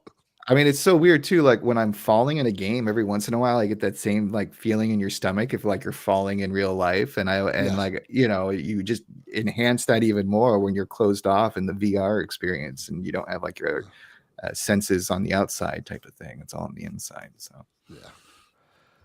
All right, what else we got next going up? Sony talks Concord failure. The disastrous launch of Concord was the focus of a new interview with Sony president Hiroki Todoroki. Oh man, that was probably totally wrong. But who spoke you about? Pronounced that right. Fuck yeah, man! Look at me, sweet. Good job. Who spoke about the company's plan to avoid a repeat of this with future game releases? That sounds very similar to what we were talking about earlier in the other story. Part of Sony's strategy will ensure that a game goes through a more rigorous period of testing and evaluation prior to being released. 8 years. That is not what we want. We want you to stop making these games. No, we're gonna test it longer. No, the test has already happened. Stop making it. Don't worry, Delvin. Hiroki is currently. We are still in the process of learning. During a Q&A session, this comment was made following its latest financial earnings call. Quote, and basically with regards to new IP, of course, you don't know the results until you actually try it. So for us, for our reflection, we probably need to have a lot of gates, including user testing or internal evaluation and the timing of such gates. And then we need to bring them forward, and we should have done those gates much earlier than we did. I would like to volunteer the Play Some Video Games Network, including the PlayStation Experience, to be one of those gates. Give us the games. We will try them out. We'll let you know if they suck or not. Works for me. Works for me. Look, we keep telling you we want single player games. Stop making all that other shit. Everybody else is making that other shit. Just give us the single player, baby.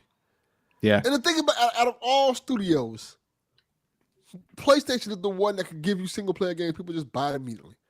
Yeah. They'll just blindly buy it. Well, and then for those who want multiplayer on the platform, you have your Call of Duty, your Fortnite, your Madden or sports game of some kind. You got options. It's not like, you're totally siloed off from the biggest multiplayer hits out there. Yeah.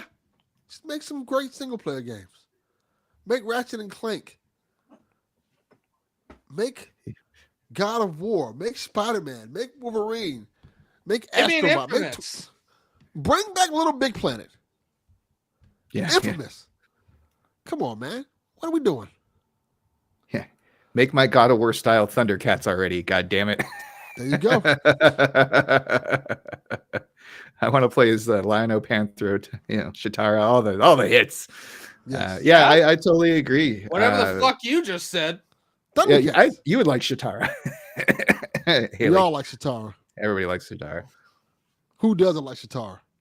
I have no She's idea a hot what cheetah woman. Cats is. Yeah, Thundercats is a 80s cartoon that has a sci-fi fantasy bent to it, and I think would be really ripe for a video game of some kind. But I am also the kind of, this is like a hobby horse of mine. I'm always saying, like, bring back those 80s, 90s cartoons, make them updated into some kind of either like AAA experience or the side brawlers like we've been seeing with Ninja Turtles and Power Rangers and whatnot. But so because I like my nostalgia and I want more. I want to feel like a kid again with a new experience. I did not know this. See, I need to get on my, apparently all the games that I want on Nintendo DS. Oh, really? I really should have got a DS game at one point in time, I guess. Because there was a Thundercats game that was on DS. Oh, really? Oh man. Was it like I based know. off of the old one or the newer cartoon that was out with the I whiskers? don't know. I think it was based off the 2012 cartoon. Yeah, it was based off the 2012 cartoon. Oh. Yeah, I mean, interesting. Yes, Yarden. See? Yarden gets it. See? See? Delvin, I also like how in the very first episode of Thundercats, they are all butt-ass naked until they crash on Thundara or Third Earth or wherever the hell they crash onto. Like, and then they're like, okay, I guess we need clothes because we're on this new planet. Walk around naked. Just the first like 20 minutes of the show. Like, what's going on here? Is this except on a kid show? Bunch of naked cat people running around in space trying to survive. Yeah. Like, all right, this is my type of show. This is the show when you're a kid, you like learn about puberty real quick. Oh yeah. Sure. So I was like naked. Like, this is what's going on here. Yeah. I was also a big fan of He-Man, and my mom loves telling this story, and like She-Ra obviously being the sister of He-Man, and me being so infatuated with the IP that when my brother was born, I was like, put it back. I want a sister. And then it's kind of funny because now trans woman. So like I got the sister that I wanted back then. Goddamn right. Which I thought was just kind of amazing. And I was just being a dumb kid and like your brother was like, I bet I'm not your done. sister. You're like, fuck yeah. That no word of a lie. My brother made the same fucking joke at Thanksgiving. We were literally talking about how my dad's brother no longer talks to any of us. And my dad was like, yeah, I'm used to not having a brother anymore. And my brother fucking goes, yeah, so am I. I used to have one too. Yeah. Well, it's like I was even telling like at dad's funeral, I was like telling my brother-in-law, I was like, you're my only brother now. So like we got to be cool, right? So yeah, it's just interesting how like life, does those things. And it was just such a complete like story arc or something like that. It was really just beautiful moment. Yeah, fun stuff. Moments like that would make life special, Yeah, just preaching positivity and love to people. Yes, yeah, and I've never seen her happier. Like that's like what's so amazing to me. Like I just we're always worried about her, and now like I don't so much. Like I worry for different reasons than I did before. Yeah.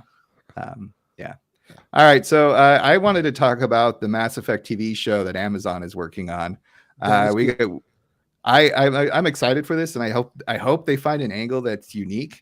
And we have some people on here. This Daniel Casey is set to write and executive producer the adaptation, and Kareem Zirik, sorry if I mispronounced that, will be executive producer for the project. And what do we got here? I wrote it down. So Casey most recently worked on the screenplay for F9, The Fast Saga.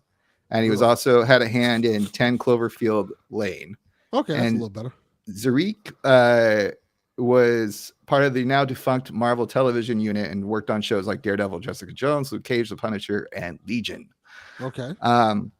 So Delvin, I know you're a big Mass Effect fan. I think Hayley, you are too, if I'm not mistaken. Yes. Correct. So I wanted to say how would you approach a Mass Effect TV show? Like you had the keys to the kingdom, you get to do whatever you want. I have my own idea, but I am curious what you all think. It's Shepard. I'm sorry, it's gonna be Shepard. I can tell you that right now. It's the only way to make the story palatable. And I'll say before Delvin even goes, it's got to be FemShep. I'm sorry, but it's got to be FemShep. Make it FemShep. I think the whole people know and love FemShep. The whole concept of having just having her as the main character gives a great twist to it. I feel like you can tell the early stories of Shepard before everything happened and kind of lead into Mass Effect 1, which would be pretty cool. Mass Effect universe is so wide and vast, you can tell a lot of stories. But you can literally make Mass Effect like Star Wars. Like legit like Star Wars. Yeah. With the different stories you can tell into it. You can break off the characters and tell really interesting stories. But I think you have to start off with Shepard first, build up on that, tell. It's so much stories you could do that I think would be really cool. But so okay, that's interesting. Hayley, would you have an idea of how you would approach it, or kind of sort of like what Delvin was saying? I think it's it'll be Shepard. Whether they follow the game story or not is where it may diverge. We'll get to that. We'll get to that question. Because we're gonna get ready to talk about that in a minute. So yeah, we'll get there in a second. We'll get there. But like the answer for how would I have them do it? Genuinely, just do the game story, but do it in your own way. You got to use FemShep though. I'm sorry. And this is no disrespect to Mark Mio because I know there are legions of people who enjoy his performance, but Jennifer Hale just does it better. I'm sorry. Yeah, I usually prefer FemShep. I even switched around the cover on Mass Effect 3 to get her on the front there. So I don't think they should mirror the game. I think they should go prior to the game. And I like the idea of maybe like, N7 training or something like that with Shepard, how she became the person who would eventually be, captain of the Normandy and stuff like that. Yes. And I don't know if this would work because it might not garner enough attention and then they would just drop it off. I would like to see them do the First Contact War where humans first meet. I think it's the I didn't look it up, but the one alien, the Tyrians? No, it's not. It's the military ones who aren't the big Turians. The Turians. Okay, yeah. Sorry, I should have looked that up. But that is a huge battle, and it's how humanity is introduced to this bigger world that now has aliens and the jump drives and everything else. And I think that would be interesting. But what I would be worried about is people are like, oh, well, it doesn't have Shepard. I'm not going to watch it. So then after one season, it gets the can. So maybe that's an idea that's better. Amazon doesn't do that. But it happens all the time. But I'll save you that fear right now. Amazon will not cancel a show they have put substantial money into. I will say this. I think Snerts is right. They will end them gracefully rather than like outright canceling it after the first season. So like for example, Upload didn't do well, but they still gave it 4 seasons. I think Snerts is right in the sense where it might be wise to start with Shepard. Yeah. To get people into it. And I would probably say like to go even further, I would kind of probably just tell the story of Mass Effect 1. Okay. Yeah, with the Reapers and the Geth. With the Geth, with Spectre, and Shepard being the first human to become a Spectre, and finding Garrus and all these people. You can like kind of like as season 2 and season 3 go, you can kind of veer from those stories and go back and tell other things like that. But season 1, just tell that story kind of straight up because I think it's a really interesting story on its own. My other concern with the First Contact War isn't so much about not having Shepard as much as that's going to cost a lot. A lot of the notes about that war all take place in space. That's going to be huge amounts of CGI. Well, that's why I was thinking maybe that's a better idea as a spinoff if the show like gets legs and becomes very popular. That would be a good spinoff. But that's what I want to see. Like I have already experienced Shepard's story, and I will watch the show if that's the direction they go. But it just kind of dawned on me. I'm like, it is such a big universe. There are so many different things you could do with that universe. The one thing they'll never touch on is Andromeda. I'll tell you that right now. They're not going to touch any of those people. They won't touch on Andromeda. Writer who? Who's fuck you? Who? Fuck you. I like Andromeda. I'm just saying, like, dude, I like Andromeda too, but they're not going to go that way. Yeah. Yeah, no, due to critical reception on that, they won't touch that, which is sad. But yeah, it'll be interesting to see what they do. I wouldn't expect this for a couple of years at least. Now, do they make Shepard just a standard soldier class, or do they give her bionic powers or engineer tech? I mean, it seems to me that they're just straight up soldier, Arnold Schwarzenegger archetype versus something with the more techie powers or the more bionic powers would probably be off the table, right? Because of who Shepard's companions are in Mass Effect 1, I think it'll just be straight soldier class. Mm-hmm. Yeah. Yeah, because then they can get Liara, right? Did I say that right? Liara and Caden are biotics, and exactly right. So they can show off well, that kind of stuff. Yeah. Okay. Well, y'all, and that'll be easy to draw people because people just think of, hey, a show that's a mix of essentially Star Trek and Star Wars. Because that's kind of what Mass Effect is. It's a perfect mix of Star Trek with its exploration and meeting new aliens and having a conversation with them, and Star Wars. So I think that alone will draw a lot of people in. It's a compelling story, and I think if you get the right if it's obviously it has to be good, it has to be, you have to have a good story that compels people, and maybe you add a couple big names to the project to get a little bit of that name ID, and I think it could be very, very popular. I don't know if y'all know, well, y'all wouldn't know this because y'all don't watch wrestling, but this past wasn't this past week, it was last week actually, a wrestler who's on AEW named Swerve Strickland, he wore an N7 shirt, N7 jacket. Oh yeah, sure, yeah, for N7 Day. Yes, coming out to the ring, and people went crazy over it because people know Mass Effect. It's a well-known franchise, so that alone, yeah. Although I've been listening to the Ralph Garman show, and he brought up this show that was being developed by Amazon as well, and none of them knew who it was. And then the other host is like, "Oh, I think that's that game with the severed hand floating in space." I'm like, "Oh my god, no, that's not it at all. That's Dead Space." So there will be a gap for people who aren't like gamers or know people are into this stuff. But again, if you have a good first couple of episodes and you start to get that buzz going that this is the new hot show, like Fallout, then I think it'll be good. Yeah, right. You a good name person, that people who has a good name that people know. Yeah, it'll do good. Yeah. I'm trying to think who would I cast as Femme Shepherd, but I'm kind of drawing a blank. But we've talked about this enough. We can move on. Yeah, let's get to let's get to our topic. Yeah. I guess let's start off with this question that we just got asked the question. Yeah. That dude from that 101, he asked. That dude Linus Tech Tips did a whole side by side with the base and the Pro and implied that they could barely see the difference. So what do y'all think on that? So Hayley, I'll ask you first. Okay, so my only concern with this question is: are we talking in the model or actual output from the model? I think they're talking the output.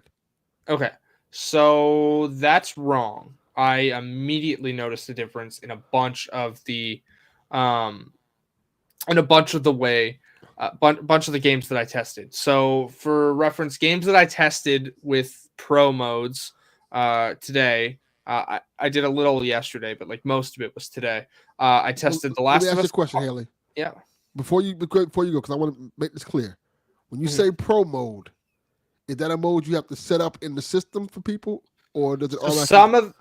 Some of them have a dedicated mode for the Pro. Others just automatically run at the way they're intended to on the PS5 Pro in Pro mode. Okay, now go ahead and continue. I want to just to clarify that for people. Yeah, that's why. Yeah. So, for example, I tested The Last of Us Part 1 and The Last of Us Part 2 today. For The Last of Us Part 1, I just played through a section of the game in Pittsburgh. So I was the last time I had The Last of Us Part 1 installed, I was on my way to escape the city and head towards the sewers with Henry and Sam. Okay. So I just played through that to the point where we get to the bridge and Joel and Henry have their fight because Henry left Joel and Ellie to basically die. And I immediately noticed a difference in image quality because I always play on performance mode. I will always favor performance over image quality, but there's an immediately noticeable image quality increase on the Pro, which, for reference, if you launch those games on the Pro, before you even load into the game is like, hey, do you want to use the Pro rendering mode? And it will give you a description of what the mode is. It's like, hey, we're going to target 60 frames per second with an upscaled image using PSSR, which for anyone who doesn't know what the PSSR is, it's PlayStation Spectral Super Resolution. which is it's not the same as, but it's basically PlayStation's attempt at DLSS. And FSR from AMD. But that was an immediately noticeable difference. I didn't notice any frame drops, and the image quality was immediately better. Now, obviously, I wasn't in a hyper populated area with foliage, but what foliage I could see was definitely improved. Like as opposed to what the standard performance mode on that looked like. For Last of Us Part 2, it asks you the same question when you boot the game up on a Pro. It goes, hey, do you want to use the Pro rendering mode? And I said yes. Immediate notice. I was playing No Return for this, so I played a whole run of No Return, so 6 maps, and I noticed increase in foliage, increase in image quality, and no frame drops. Immediate notice in quality there, at least noticeable to me. Now, granted, for anyone who's not aware, I am sitting in front of my computer. My TV is maybe less than 5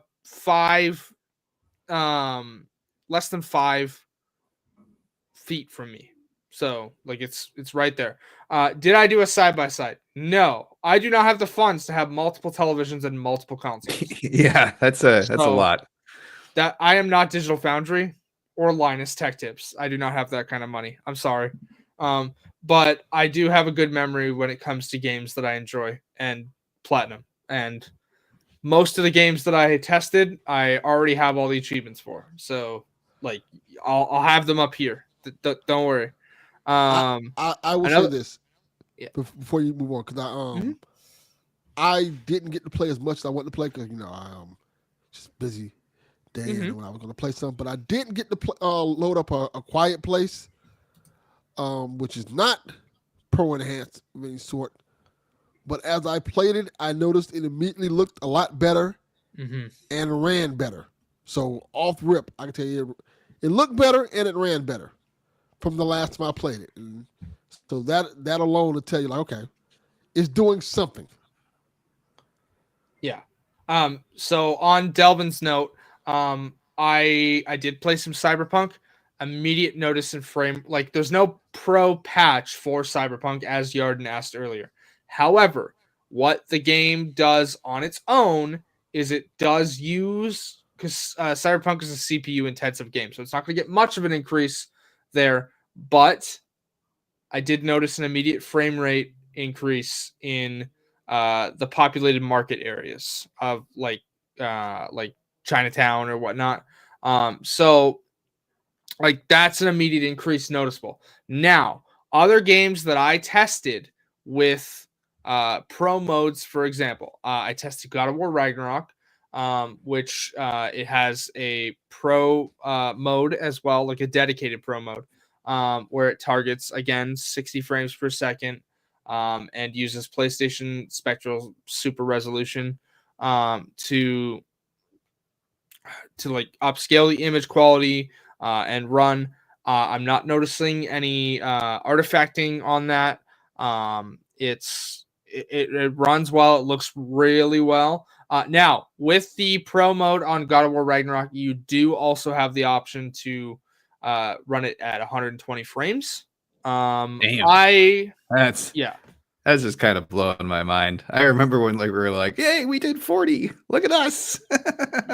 Yeah, you have the option to run it at 120. I'm not a huge fan of running games at that high of a frame rate. Why? You'll take a noticeable dip in image quality. Oh, I see. Like, yeah, I mean, do you even like really need? I don't know. Maybe some people do, but a lot of the people, balance, right? You want it to run smoothly, but you also want it to look pretty. A lot of people will play like Call of Duty at that because the higher frame, like if they have a television or a monitor capable of outputting that, they'll play it at that because of like response time. Sure. I just don't like the image quality hit, which is negligible, I'll be honest, but it's there. 60 FPS is what I aim for, and it mostly works for everything. I did also test Stellar Blade. Tested that as well. Okay. That has 2 pro modes. So it has the standard pro mode, which targets 60 FPS with upscaled image quality and whatnot. And that's what I played on. And immediate notice in image quality and no frame drops. So like it's definitely there. Some of those surfaces in Stellar Blade look ray traced. Now I don't remember if they said that their pro mode does turn the ray tracing on or not, but it's there. It's noticeable, at least to me, for the improvements. I might just not have noticed any of the ray tracing if it is there. Now, the second pro mode that Stellar Blade has that I did not play only because it targets 120 frames and I just don't like looking at that is Pro Max, which does the same thing but at 120 frames. 120 frames of jiggle physics. It's funny you mention that because the section that I was in when I last left off playing Stellar Blade is a whole lot of just staring at her ass going up cables. Like, I'm not even kidding. Like that game knows its audience. It absolutely knows its audience. It's a fun game. Don't get me wrong. I just was not expecting that much ass while trying to look at like image quality improvements and stuff like that. But you picked Stellar Blade. Well, again, I had to ask Donnie for his login details to be able to play it because it's game shared. And then I tested Spider-Man 2, which again has a pro mode. It has 2, one for quality and one for performance, as far as I know. I might be misremembering. Either way, doesn't matter. When you turn that mode on, it is immediately noticeable because the performance mode now has ray tracing, like full ray tracing.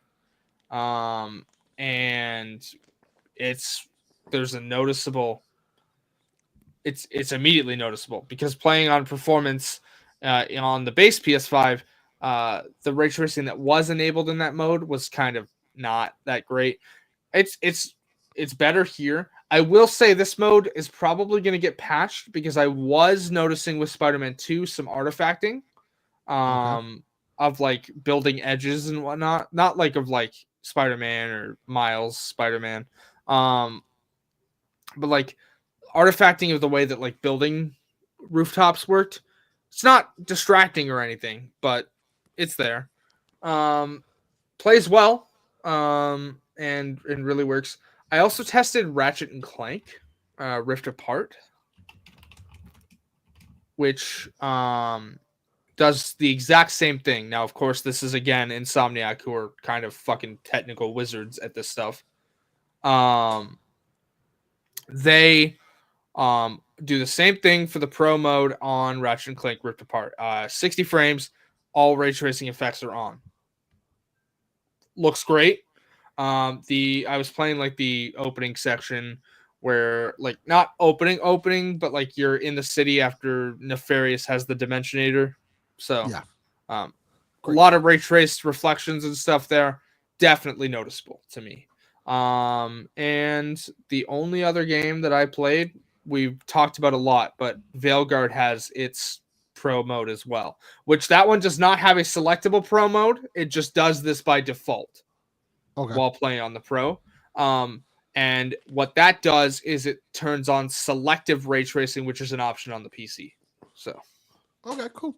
I would assume with the timing of that game release and the console release, that would be, like the first pinnacle. Like that's the one you definitely want to have these new features showing off, right? Yeah. I feel like. Go ahead, Haley. Oh, I was just saying, like it's immediately noticeable in all of this. And yeah, I'm loving my time with it. I'm really glad that I put a couple of the game releases I wanted to the side to pick this up. So, it's useful for me. I feel like it may be like a year, 2 years time when people like really start getting into like making these games optimized for pro. It's only going to look better. Yeah. It's going to look better. It's going to play better. It's going to be, And this is the first iteration of PSSR. PSSR will receive updates because that's the whole point of it. Yeah. Like it will learn from the stuff that's there, and continue to improve over time. So I agree. Yeah. So let me ask the $1 million question to you, Hayley. Yes. Do you think the absorbent price you paid for this was worth it? For me personally, yes. Yeah. Now, granted, it's not going to be there for everybody, and I'm glad you asked this because this isn't in the doc, but he sent it earlier. Delvin Jr. asked the exact question that you just asked. Delvin Jr. said, "Is there a real reason to upgrade to the PS5 Pro, or should someone just stick with the regular PS5?" And alluded to the price and stuff like that. Now, this is going to have a dedicated audience. The people who love like the technical stuff, like me, who I'm big into tech, but usually can't afford like the high end stuff. But this came out at a time where like work was super busy, so I was making enough where I could put the costs toward it for a couple paychecks here and there. And you're gonna have the people who just don't think it's worth it, right? Like the reason Linus probably didn't see any noticeable differences. Linus plays on PC like all the time. Like that's who Linus is. He's always on PC. Like he's a big PC guy. Like Digital Foundry, also PC guys, but they notice some noticeable image increase, and that's their job, right? Like you want a technical aspect of breakdown of how a game runs, how it performs, performance wise, image quality, all of that. You go to Digital Foundry. Now those guys are mainly PC guys, but even they could notice a difference. The problem a lot of people are gonna have, and I don't mean like Linus or Digital Foundry. I mean the average consumer. The problem with a lot of this stuff is you have to be in front of a screen that is running a PS5 Pro yourself to see the increase because YouTube has image compression. So like all those improvements are going to get compressed through a YouTube video and then compressed through whatever you're watching it on. And you need the TV that can handle all the new stuff, right? Like if you have a TV that's not up to snuff with the pro specs, then you're not going to be getting that full experience. And then that's one of my big hangups because I feel like I would have to get a new TV and a new console. And even if I found a way to sell the current ones that I have, it would still be a big investment that I'm just not willing to make at this time. Which is fair. Yeah, like if you don't have a TV that supports VRR or 4K output, you're probably not going to need a Pro. But if you have that and you feel like you want the noticeable bump in image quality on performance modes, or you just really like the tech aspect, then sure, go for it. But don't put yourself out of pocket for something if you don't feel that it's worth it for you. I felt that it was worth it for me because A, we have the podcast. B, I always love being there for a new console launch. Yeah. It's always fun to be around for console launches and just the hype around it, even though it's a refresh, let's call it. Yeah. Yeah. I think it's really cool. Oh, there's a question. I think it's a good question. That's what I did. But again, I wasn't originally going to do that until last week when GameStop called me and were like, hey, if you trade in your original PS5 towards a Pro, you'll get an extra $100 in store credit. So yes. I did that, and instead of getting $315 of credit from the PS5, I got $415 of credit. So it was well worth it for me to pay off the rest of my Pro. I even got the disc drive for it, and then I had money left over and put it on a PSN card, which I used to buy the new Life is Strange game, which before Yarden goes off on me, yes, I know all about the crazy antics of the development of that game. I'm still going to play it. No, you won't. I would say this. I would say check your GameStop to see if they have a trade-in deal first. Yeah. If they have a trade-in deal, then trade it in. If not, just wait a couple weeks when because they're gonna have one. They're gonna give you some extra money for it, so just wait till you get the extra money for it. Because like we didn't put this in there because scalping is just a thing now. But like a lot of the scalpers that bought these to try and like jack up the costs even more for them are now having to sell them at a loss because they're just available at the store. When I went to GameStop yesterday to pick this up, in their back stock room when they opened the door to let everybody in the morning, I could see like 25 of them stacked on top of each other in the back room. Like, and there were maybe 5 of us there picking up PS5 Pros. So this is a expensive ass item. It's a boutique item, so I'd imagine people are like, "Nah, we're not buying that right now. We'll wait till the price drop." There were more people in line before the store opened yesterday to buy Mario and Luigi, like the Brothership Mario game, or whatever Mario game just came out. Yeah, Hooked on the Brothers. Yeah, we got 2 there were brothers. more people in line to get that than there were for the console. I got 2 thoughts based off of that 101's comment right now. Is first off, what kind of rare PS5 do you have that's going to be worth millions of dollars in 20 years? Like, unless you have like the most rarest of rare console editions, if it's just that basic white whale, I don't think you can get jack shit really in 20 years. There's too many of those already out there. And 2, with the trade-in program, it makes me think that the used market for PS5 might have like more supply, which may get more people who are intimidated by the high price point of a PS5 Pro getting a used PS5, and then that it increases the player base, because even though you don't have the most up-to-date shiniest toy, you still have a kick-ass toy. yeah, I agree. I will say the comment from Crunchy Punch, like the problem with the Pro is that you're at the mercy of the devs. I mean, yeah, but that's any game. Like, even though, yeah, you have access to all your parts on a PC at any time, okay, you're still at the mercy of how the devs optimize the game. If it's not optimized, it's going to run like ass on your PC as well. And I'm not like putting you down. I'm just like, yeah, that's a risk you run, but you run that on PC too.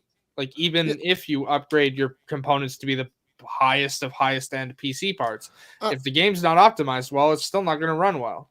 I think there is a concern that people think that that people might not just people will just not optimize for PS5 Pro, but I don't think that's going to be the case. I think I feel like this mid-tier refresh is going to be the new PlayStation thing now. That's going to be what they're going to do. Yeah. We're going to get the 6, and the 6 is going to be a refresh as well. And the game will just up-res to that, as opposed to them being like, oh, you can't use your old games anymore. No. So I think they're going to make sure that when it comes to these games and these pro games, they're going to make sure all of them work really well. Yeah. I got a question. Like, it's been 5 years, right, since the PS5 came out? 4. Right? 4? Yeah. So do you think it'll be like, then 4 years we'll get the PS6, and then 4 years we'll get... Yes.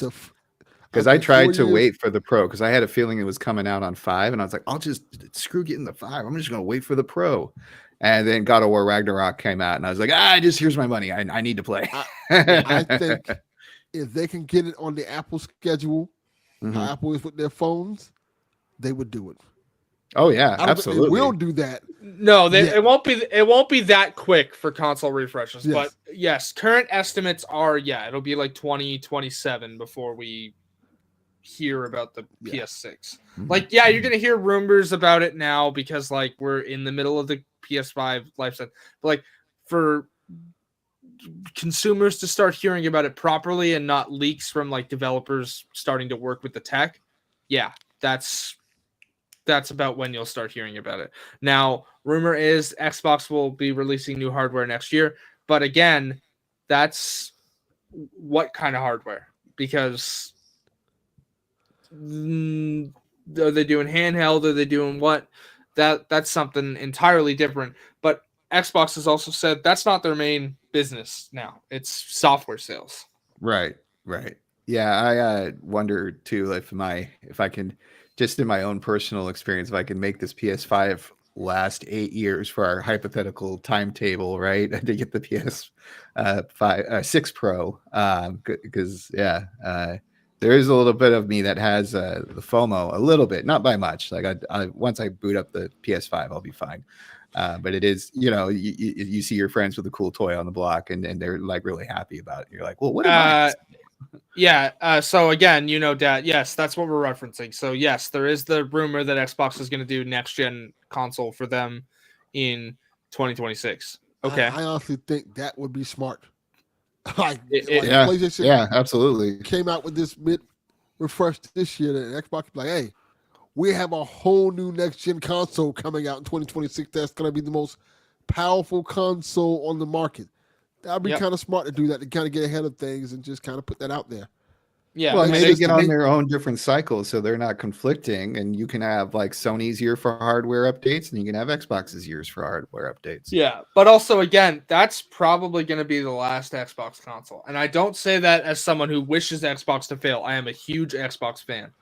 I say that as the way that Xbox is going, they are trying to leave the dedicated console space. They are trying to become the everywhere company. Like, I kind of feel like they'll still make consoles, but you know what I think it'll be like? It'll be like a Steam Deck, like Steam, or like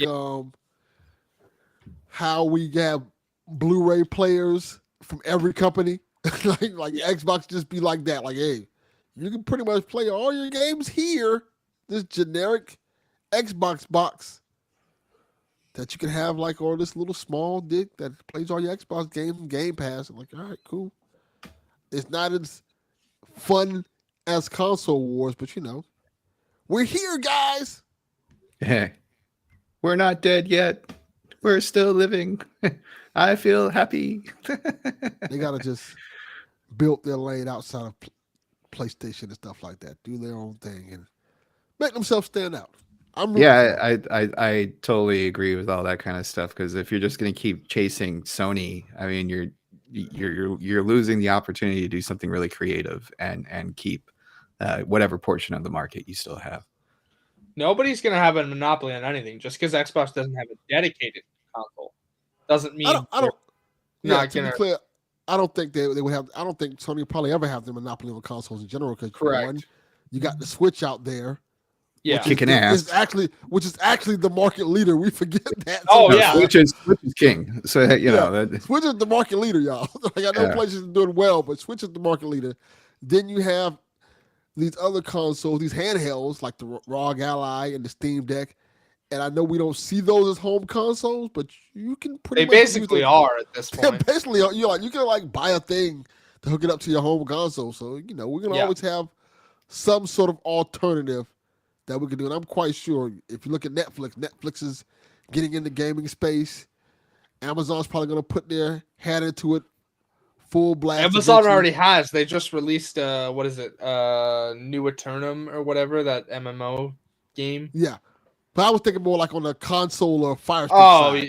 Yeah, probably. That's what I'm talking about, Yeah, so I think there'll always be some other alternatives to consoles of some sort. And of course, you got PC. That's a whole other thing within itself. Yep. And PC is becoming more accessible than ever now. Like, going back to like the Steam Decks and the Allies and all these other handheld consoles, they make it easier to play PC games. I know they're not the same quality as a PC, but if you're somebody like me who's like, hey, I want to play some of these cool PC games that are coming out and they're really cheap, I'll just get a Steam Deck. Let's be honest. Delvin just wants to play those hentai games. I can't have that. Filling holes. Steam shows everything you're playing. Like, y'all ain't even looking at me. Oh yeah, that's so wild. I heard about that, and I saw some like funny ass cartoon where they're just Where it's like, hey, your friend is playing this a porn person's game. Playing, he's jerking off while playing video games. He's playing a porn game. Like, nah, Steve, you're not gonna snitch on me. I will play the regular games. Yeah. I can just, but yeah, your mom is on Steam for whatever reason. You'd be like, "What the fuck are you playing, boy? Why are you playing Hentai Girl 69? Yeah. What kind of game is that? Is that an RPG? My mom would just be like, "You just need to go out and fucking date. What is wrong with you?" But yeah, no. If you genuinely are into the tech and you want the upgrade, go for it. Otherwise, yeah, you're probably fine sticking with your PS5. Now, as for the question of you're at the mercy of devs, yeah, but a lot of them have already started supporting this, and I'm sure more will keep coming. Like, yeah, it's gonna be a thing. we're already at 100 games supported. Now, not all of those are out, but we're at 100 games supported.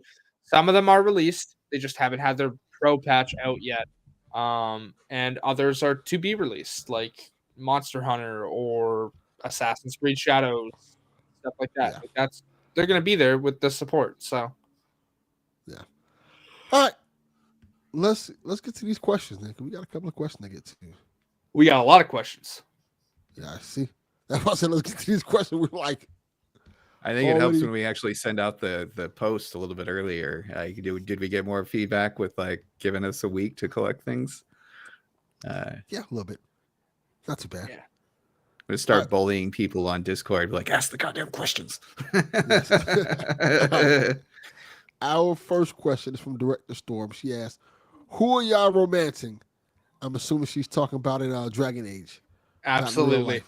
I am romancing Harding. I don't know yet. I'm still kind of figuring it out. I like the answer of all of them, and I have not played the game, so that is my initial answer. Yeah. I will say this. Something I didn't notice about this game that's kind of funny. The women in this game are very bottom heavy. Sweet. They've made this important. Like, hey, women are very voluptuous in the bottom. Like, oh, okay. Yeah. Hey man, you're doing all those walking and all those squats. Like, you can get some buns of steel. Yeah, I'm like, all right. You think, Dragon Age? I ain't mad at it. Yeah.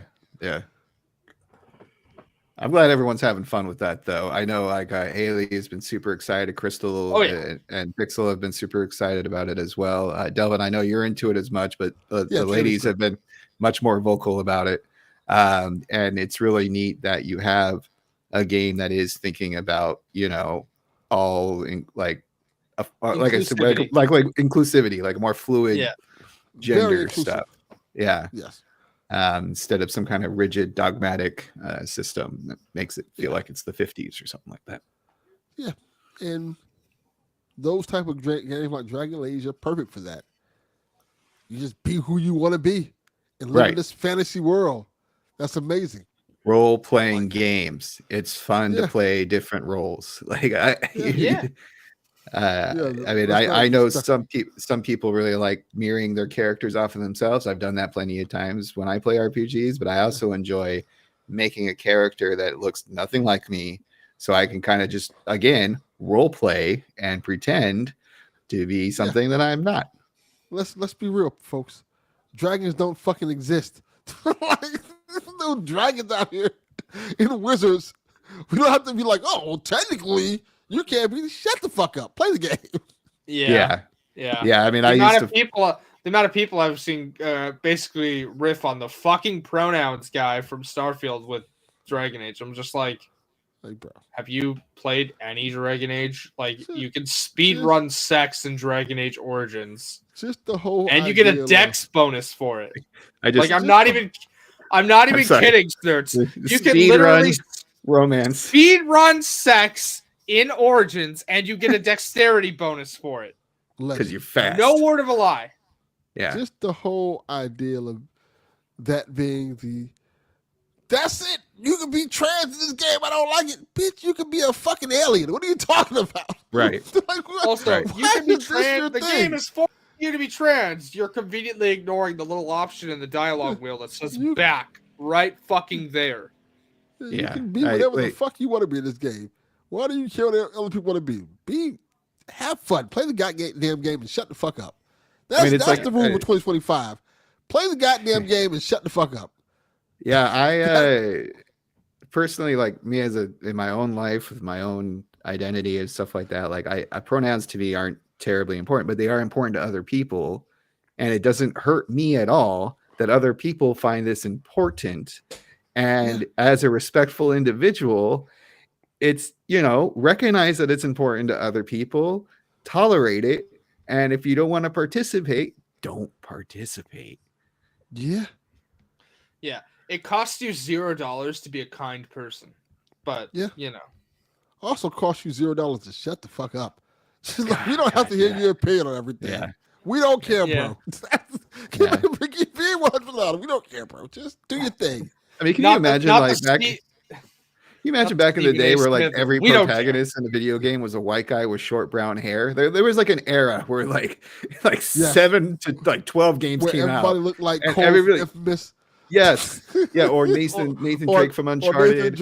Or even like the default look of the male shepherd, right? Like it was just this era.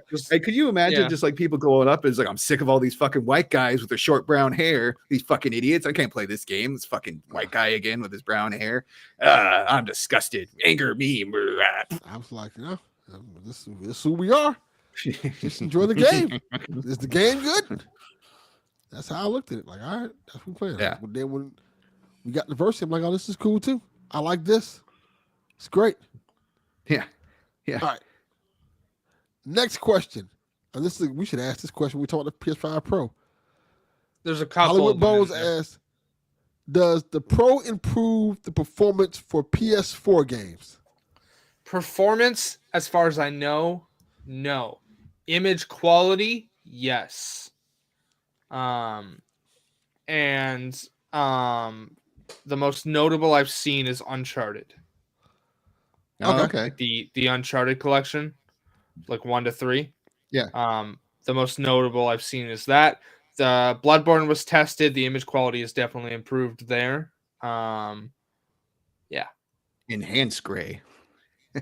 No, like I am urging you to actually look this up, Snerts. It's not just I'm sure. Gray. I'm sure. I'm just. Don't be so stern. I'm just joshing. I know. It's a small increase, but you can definitely tell. Yeah. Sure. I mean, it makes sense, right? Like you'd think there'd be some kind of minor improvements to the visuals if you got like the tech. Yes, I would think so. Well, let's get to this next question because I think this ties into it. Donnie asked, "You should have just bought a PC." That is not a question. That is a statement. That is a statement. But we told them we'd put it in the doc. Yeah. Yes. But we did ask the actual question. The question was, now that you have a PS5 Pro, do you plan on revisiting any PS4 games that are now enhanced by PS5 Pro? If yes, which ones and why? Uncharted. I've wanted to replay the Uncharted series for a while, so yes, the image quality has been improved for Uncharted, so I will play Uncharted. Cool. I'm trying to think of what PS4 games are enhanced by Pro. A lot of them will just be image quality. It won't. There's no dedicated performance improvement for PS4 games. Okay. Are there any main ones? Uncharted is the one that I know of specifically. Okay. I'm assuming. But again, this setting is not on by default for anyone who gets a Pro. You have to go in and turn this on. It's in the. No, it doesn't. Fuck exclusives. That's not against you, Pat. That's just I don't like exclusives. Like let everybody play everything. More. Just give me all the exclusives. Anyways, this setting is under the when you go to like video and display, it's in there, and it's like where you set like your resolution and whatnot. Right underneath like VRR, I believe it's like boost PS4 or something. It's just a toggle to turn it on. So is it like it's just gonna boost it to like what the PS4 Pro was? I'm not entirely sure. It doesn't really specify. It's like use this option to boost. It says performance, but really it's just image quality from what I've noticed. Okay.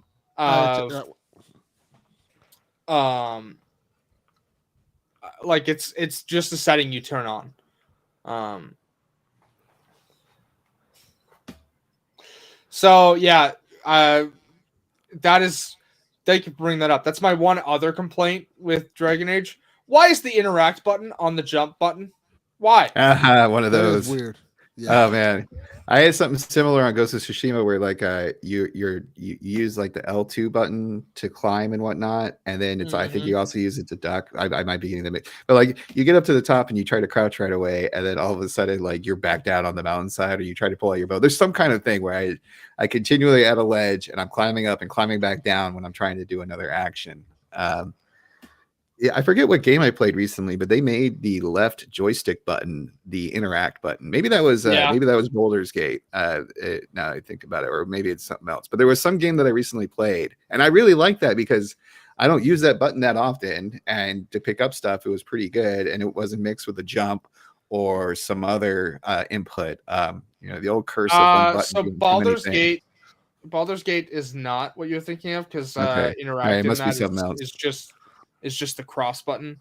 Okay. But like you, if you hold the cross button, it like brings up an area to search. Okay, so it's not that game, but I swear there is a game I played recently where that was one of the joysticks buttons was the pickup stuff for the every button. And I've seen a couple of games use that as the I thought pickup it was button. pretty clever. Last Wolf 1 is clean, by the way. Yes. I like it. Might play it again. All right. We got several more questions. Yes. Let's get to them. Well, let's keep in PS5 Pro things since we talk about it. Terpspan asks, should Sony make another Pro model for their next console generation? Yeah. Yeah. They're going to. Should they? I don't know. Depends on what improvements are in the PS6 when it launches. But I presume it'll be a noticeable power increase for a PS6 Pro when we get there. But we're talking like 8 years out minimum. And it'll be $2,000. Probably. Yeah. I forgot to ask Stingray's question, which is pretty much the same question Donnie asked. What PS4 games do you intend on trying on a PS5 Pro? I mean, yeah. So a couple of the questions were the same, but I put every question that was asked, I put in the doc. So yeah, that's a good question though. Yeah. I'll give one. I'm gonna try. I'm gonna see if I can download some old Transformers games that was on and try them like a War for Cybertron, False for Cybertron. 'Cause I think I can download those again. So I'm gonna try them and see how they look. See if I notice anything different about them. Yeah, that makes sense. Yeah, because those are two of my favorite games of all time. So I'm definitely gonna do that. No one ever says Revenge of the Fallen. That's a movie, not a game. No, that was a game that I worked on, too. and it was worse. It was the worst game. It's not good. Yes, it was a movie tie-in game that was not good. Yeah, that had a multiplayer mode that no one played, and I know this just because I was on the multiplayer team, and I wanted to kick the shit out of little kids when it first launched, and the only person I found in a game was another person that I worked with at Luxoflux. Sounds about right. I remember because as soon as I saw that, I was like, I'm not playing that. I do remember I wanted to play it because I think for that game the character models looked really good. It looked really good, and they had a really cool thing where if you push down the trigger, you would go into vehicle mode and stay in vehicle mode until you let go of it, and you could do a pop-up jump and do all these kind of moves. Actually, the multiplayer was a lot of fun, but it just kind of like died because no one was going to be playing a movie tie-in game for the multiplayer. I was the only person who played that game. I forgot a game I tested. I'm gonna mention it now. I loaded Horizon Zero Dawn Remastered. Oh, you paid $10. Okay. Huh? You paid the $10. It's $15 in Canada, but yeah, I bought it on the day like when I bought Dragon Age, I also bought that. So, yeah. Wow. Like that has its own Pro mode as well. Like you select the Pro option in there. It's called Performance Pro. Same thing, uses like the PSSR and targets 60 FPS, but immediate notice in like a huge difference over the original Zero Dawn. Environments are way more like full of like greenery and foliage. Like image quality is incredible in that game. Anyone who says it wasn't needed, no, it was needed. Like this is fantastic. I mean, Forbidden West was so damn pretty. Mm-hmm. And I haven't booted up the other game in a while, but I would imagine if you can even get to a little bit of what Forbidden West looks like, I mean, fuck yeah, that's worth it. So a lot of the work that like people are like, well, why wasn't this free? I mean, that's just the way PlayStation does it. And a lot of the work that went into this should be paid for. I'm just gonna be honest. Like, also, they're not charging much. No. I also, even if you don't own Horizon off the bat, it's not full price. Just so we're clear. Like, even if you aren't eligible for the upgrade price of $10 US or whatever your original equivalent is, it's not full price to buy it. It's $50 US or regional equivalent. Sure. Yeah. So. Yeah. All right. Cool. Yeah. Next question. From Nintendo Bro asks, would the PS5 Semi Pro been a better name? Maybe. In fact, I don't know. Are we referencing Will Ferrell here? That's what I was thinking. I'm like, is this Jackie Moon and the Flint Tropics? That, in fact, would not have been a better name. What if you get like a plate with the like logo of the movie on the PlayStation? This is my Semi-Pro. That sounds like something stupid I would do. Like, hey, look, guys, I didn't get the Pro. I got the Semi-Pro. It has Will Ferrell on it. That's almost as bad as Switch TOO. Switch. Yes, 200. Yeah, what the hell? Yeah, that was awful. All right, next question from Jackie G. He asked, what do you think Death Stranding release on Xbox mean for future Sony third-party games? Yeah, so if anybody didn't know, Death Stranding released on Xbox the other morning. Well, Kenneth, welcome to the stream. Yeah, yes, welcome. So what do I think this means? I think it means, unfortunately, nothing. So on PC, this game was published by 505, and when this game released, Kojima put out a statement that he has acquired the IP rights to Death Stranding. So what do I think this means? At present time, nothing. Just because, again, this is a situation where Sony didn't publish the game on PC. This was before they were doing the PC. This was teased a while ago. Yeah. I was already in the impression that it was multi-platform, so I'm totally off. Well, it was on PC. It did launch on PC a while ago. Thanks, Kenneth. But it's what happens there is, again, 505 published it. It was on PC. It came to PC Game Pass, I believe, a while ago. Yeah. But then it wasn't actually formally on Xbox until early this week. Gotcha. Now, now when that happened, was the last Death Stranding like? Oh, is this the original or the? Never mind. This is Death Stranding. Never mind. I was getting mixed up. Sorry. Yeah. Ignore. But the question is, what do we think this means for the future of third-party stuff? It's up to the third party. Well, Death Stranding was a third party, wasn't it? Like second party? Kind of, yeah. It's like a partnership with Kojima Sony, because I think Sony put this out. They paid for this game. Yes, if I remember correctly. So it's like kind of second party, something like that. Yeah, but I understand what the question is. Yeah, is asking, right? We understand the question. Yeah. Yeah, completely. But yeah, I think this kind of just is. I feel like this is just because it was Kojima. I think that this is the outlier. I don't think we're going to be getting more PlayStation games on the Xbox. Now, Death Stranding 2 will come to PC at some point because PlayStation is publishing their games on PC. That's going to happen. Death Stranding 2 will come to Xbox too eventually. Eventually, but does this signify a change in PlayStation strategy? No, it's just the way that the way that it like worked out at this time. It's an outlier, not the norm. Yeah, correct. That's what I think.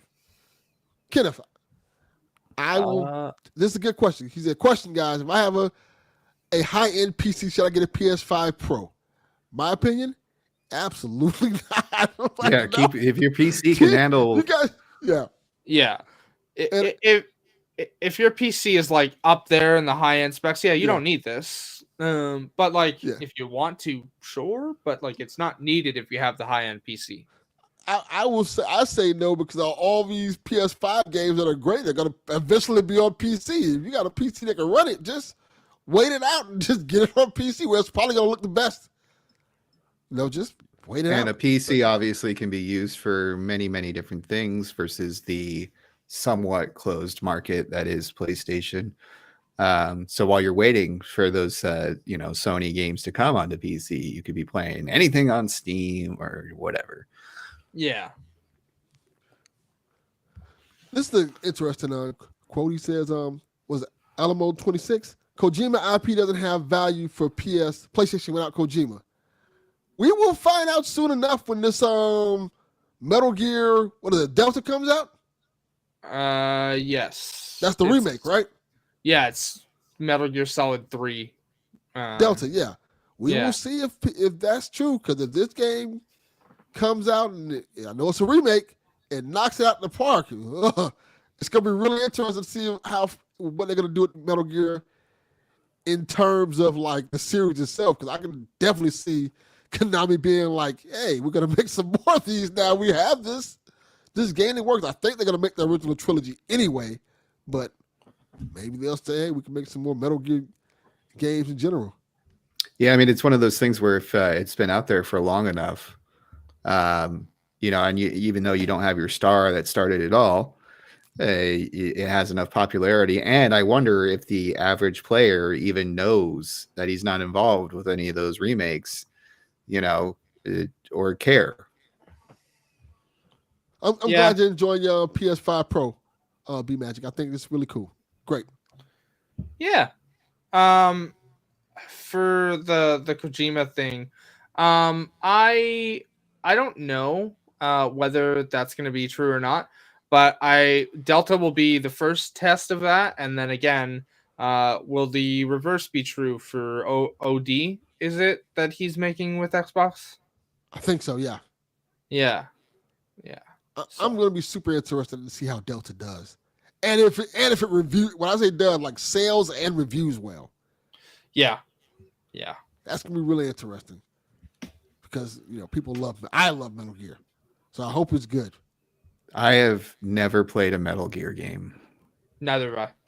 I've seen it played from back in the day when it was like the first one that was kind of top down, right? Yeah, my buddy really liked that one, but I was that rogue guy in the original Xbox, and I was like, I play Splinter Cell. I didn't play Metal Gear Solid. I was younger and dumber. Splinter Cell's great. I miss Splinter Cell a lot. Yeah, I mean, we brought that up. Splinter Cell's fun. Too. Yeah. Splinter Cell is something I hope makes a comeback. Yes. Yeah. All right. Our next question from Turks fan. We got two more questions from Turks fan. So we'll ask this one first. What do you want to see from the next Astrobot game? Hentai. Good job. Thanks, nerds. Yeah. I think a lot of people have... fucking Astrobot. Astrobot. I think a lot of people have said this already, but I'd like to see them develop their own world for Astro. Sure. Like, the PlayStation cameos are really cool, and the way they did like the God of War level or the Uncharted level were incredible. But I'd also like to see them flesh out some lore for Astrobot. You know what I mean? Yeah. How about a level creator like they had for Sackboy or whatever? Create your own levels. That could be fun. I think a lot of people are just referring to like leaving user generated content like in the dust. Like Fortnite's really the only one doing that. Yeah, I agree. Yeah. All right. We got one more question. The last question from Turk fan. Where does Veilguard rank amongst other Dragon Age games? I would put it up there. I think it's better than Dragon Age 2.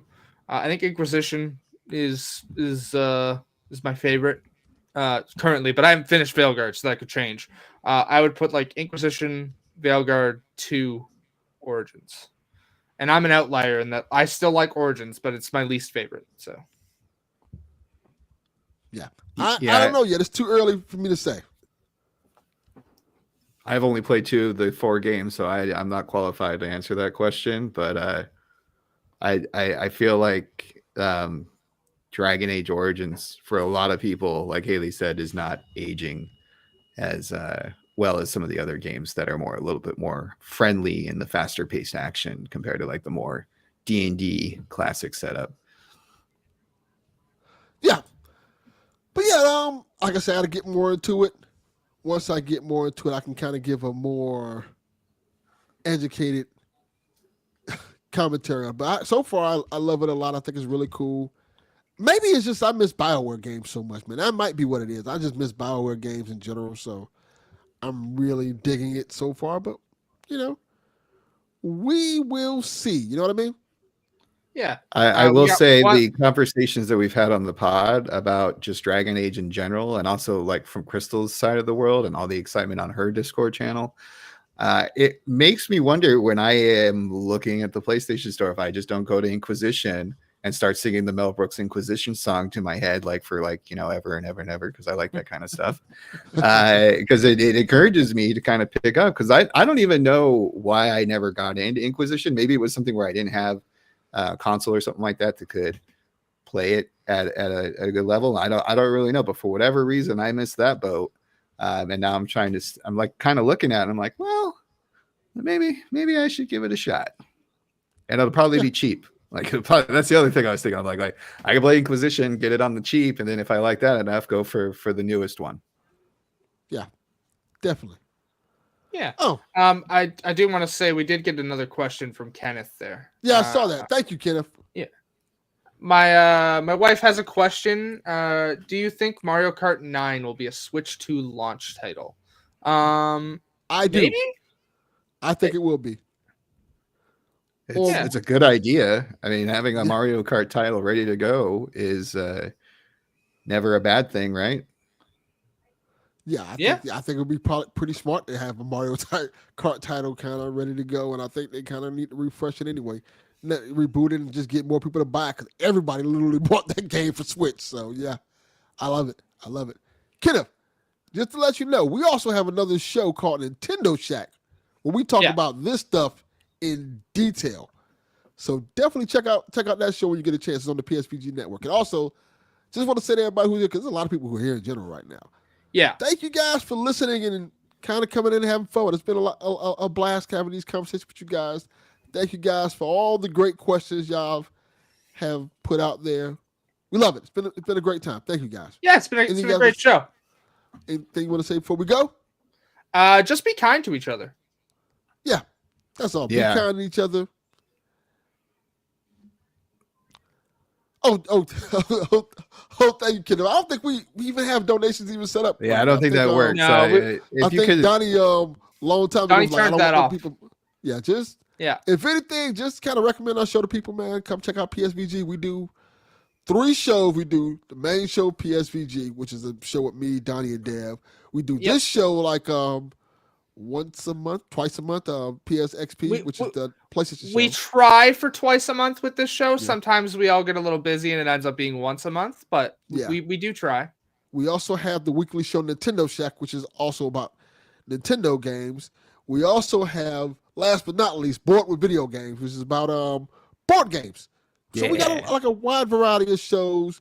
We also have like special shows like Decade of Horror. If you're looking for stuff about like, if you want to watch something for Halloween, you want to get some really cool shows and movies to watch for Halloween. I highly recommend Decade of Horror. It's one of our best shows. A lot more people need to check it out. And we also, once in a while, do some video game reviews and stuff like that. So just, thank you for checking it out. Also, I would like to say, too, as part of the plugs, PSVG is almost every Wednesday. Nintendo Shack is almost every Sunday. And if you want to support us and what we're doing here, the best thing to do is subscribe. Like, if you have a podcast platform of choice and you can leave a review, that would be great. We send out questions through Twitter, and if maybe I'll start doing threads. I don't know. I've been dipping my toe into that. So I am also on Blue Sky. So yeah. So if you're on those platforms, we'll send out like a tweet saying, "Hey, we're doing questions. Come on and ask them," and that kind of provides content that we can answer and interact with y'all when we do the show. Yeah, and we also have a Discord that's kind of great because it's a positive community. The Discord is dope, man. It's really like I am really happy that I started getting more involved with the Discord because while we've been recording, the Discord's been popping off. So it's definitely. Yeah. Also, this is a good one. Black Ops 6 on PS5 Pro. I'm gonna try that probably tomorrow morning. I'm very interested. I have Black Ops 6. I love the story. Yeah, I don't have it yet, but I do plan to get it. So I want to play that campaign really bad. It sets place in the 90s, right? I heard. It's it's a and I love the Black Ops. It was great. Like and the whole like what is it like dirt bikes and you're running. I want to play it. I want to play it. Yeah. Because I was alive. That's what. That's what I was saying. It's Deadly Storm. I'm excited. Yeah. I've played a little bit, but I like it a lot. I just want to see how it looks on PS5 Pro. I imagine it looks amazing. I'm sure it does. I'm always blown away with those Call of Duty games. They are just so detailed with whatever that they're doing. I thought when I was playing the Modern Warfare games of old on the 360, they're like, how could they do any better than this? And yet here we are. Yeah, it's fantastic. All right. Thank you guys for coming to check it out. We are out. Peace.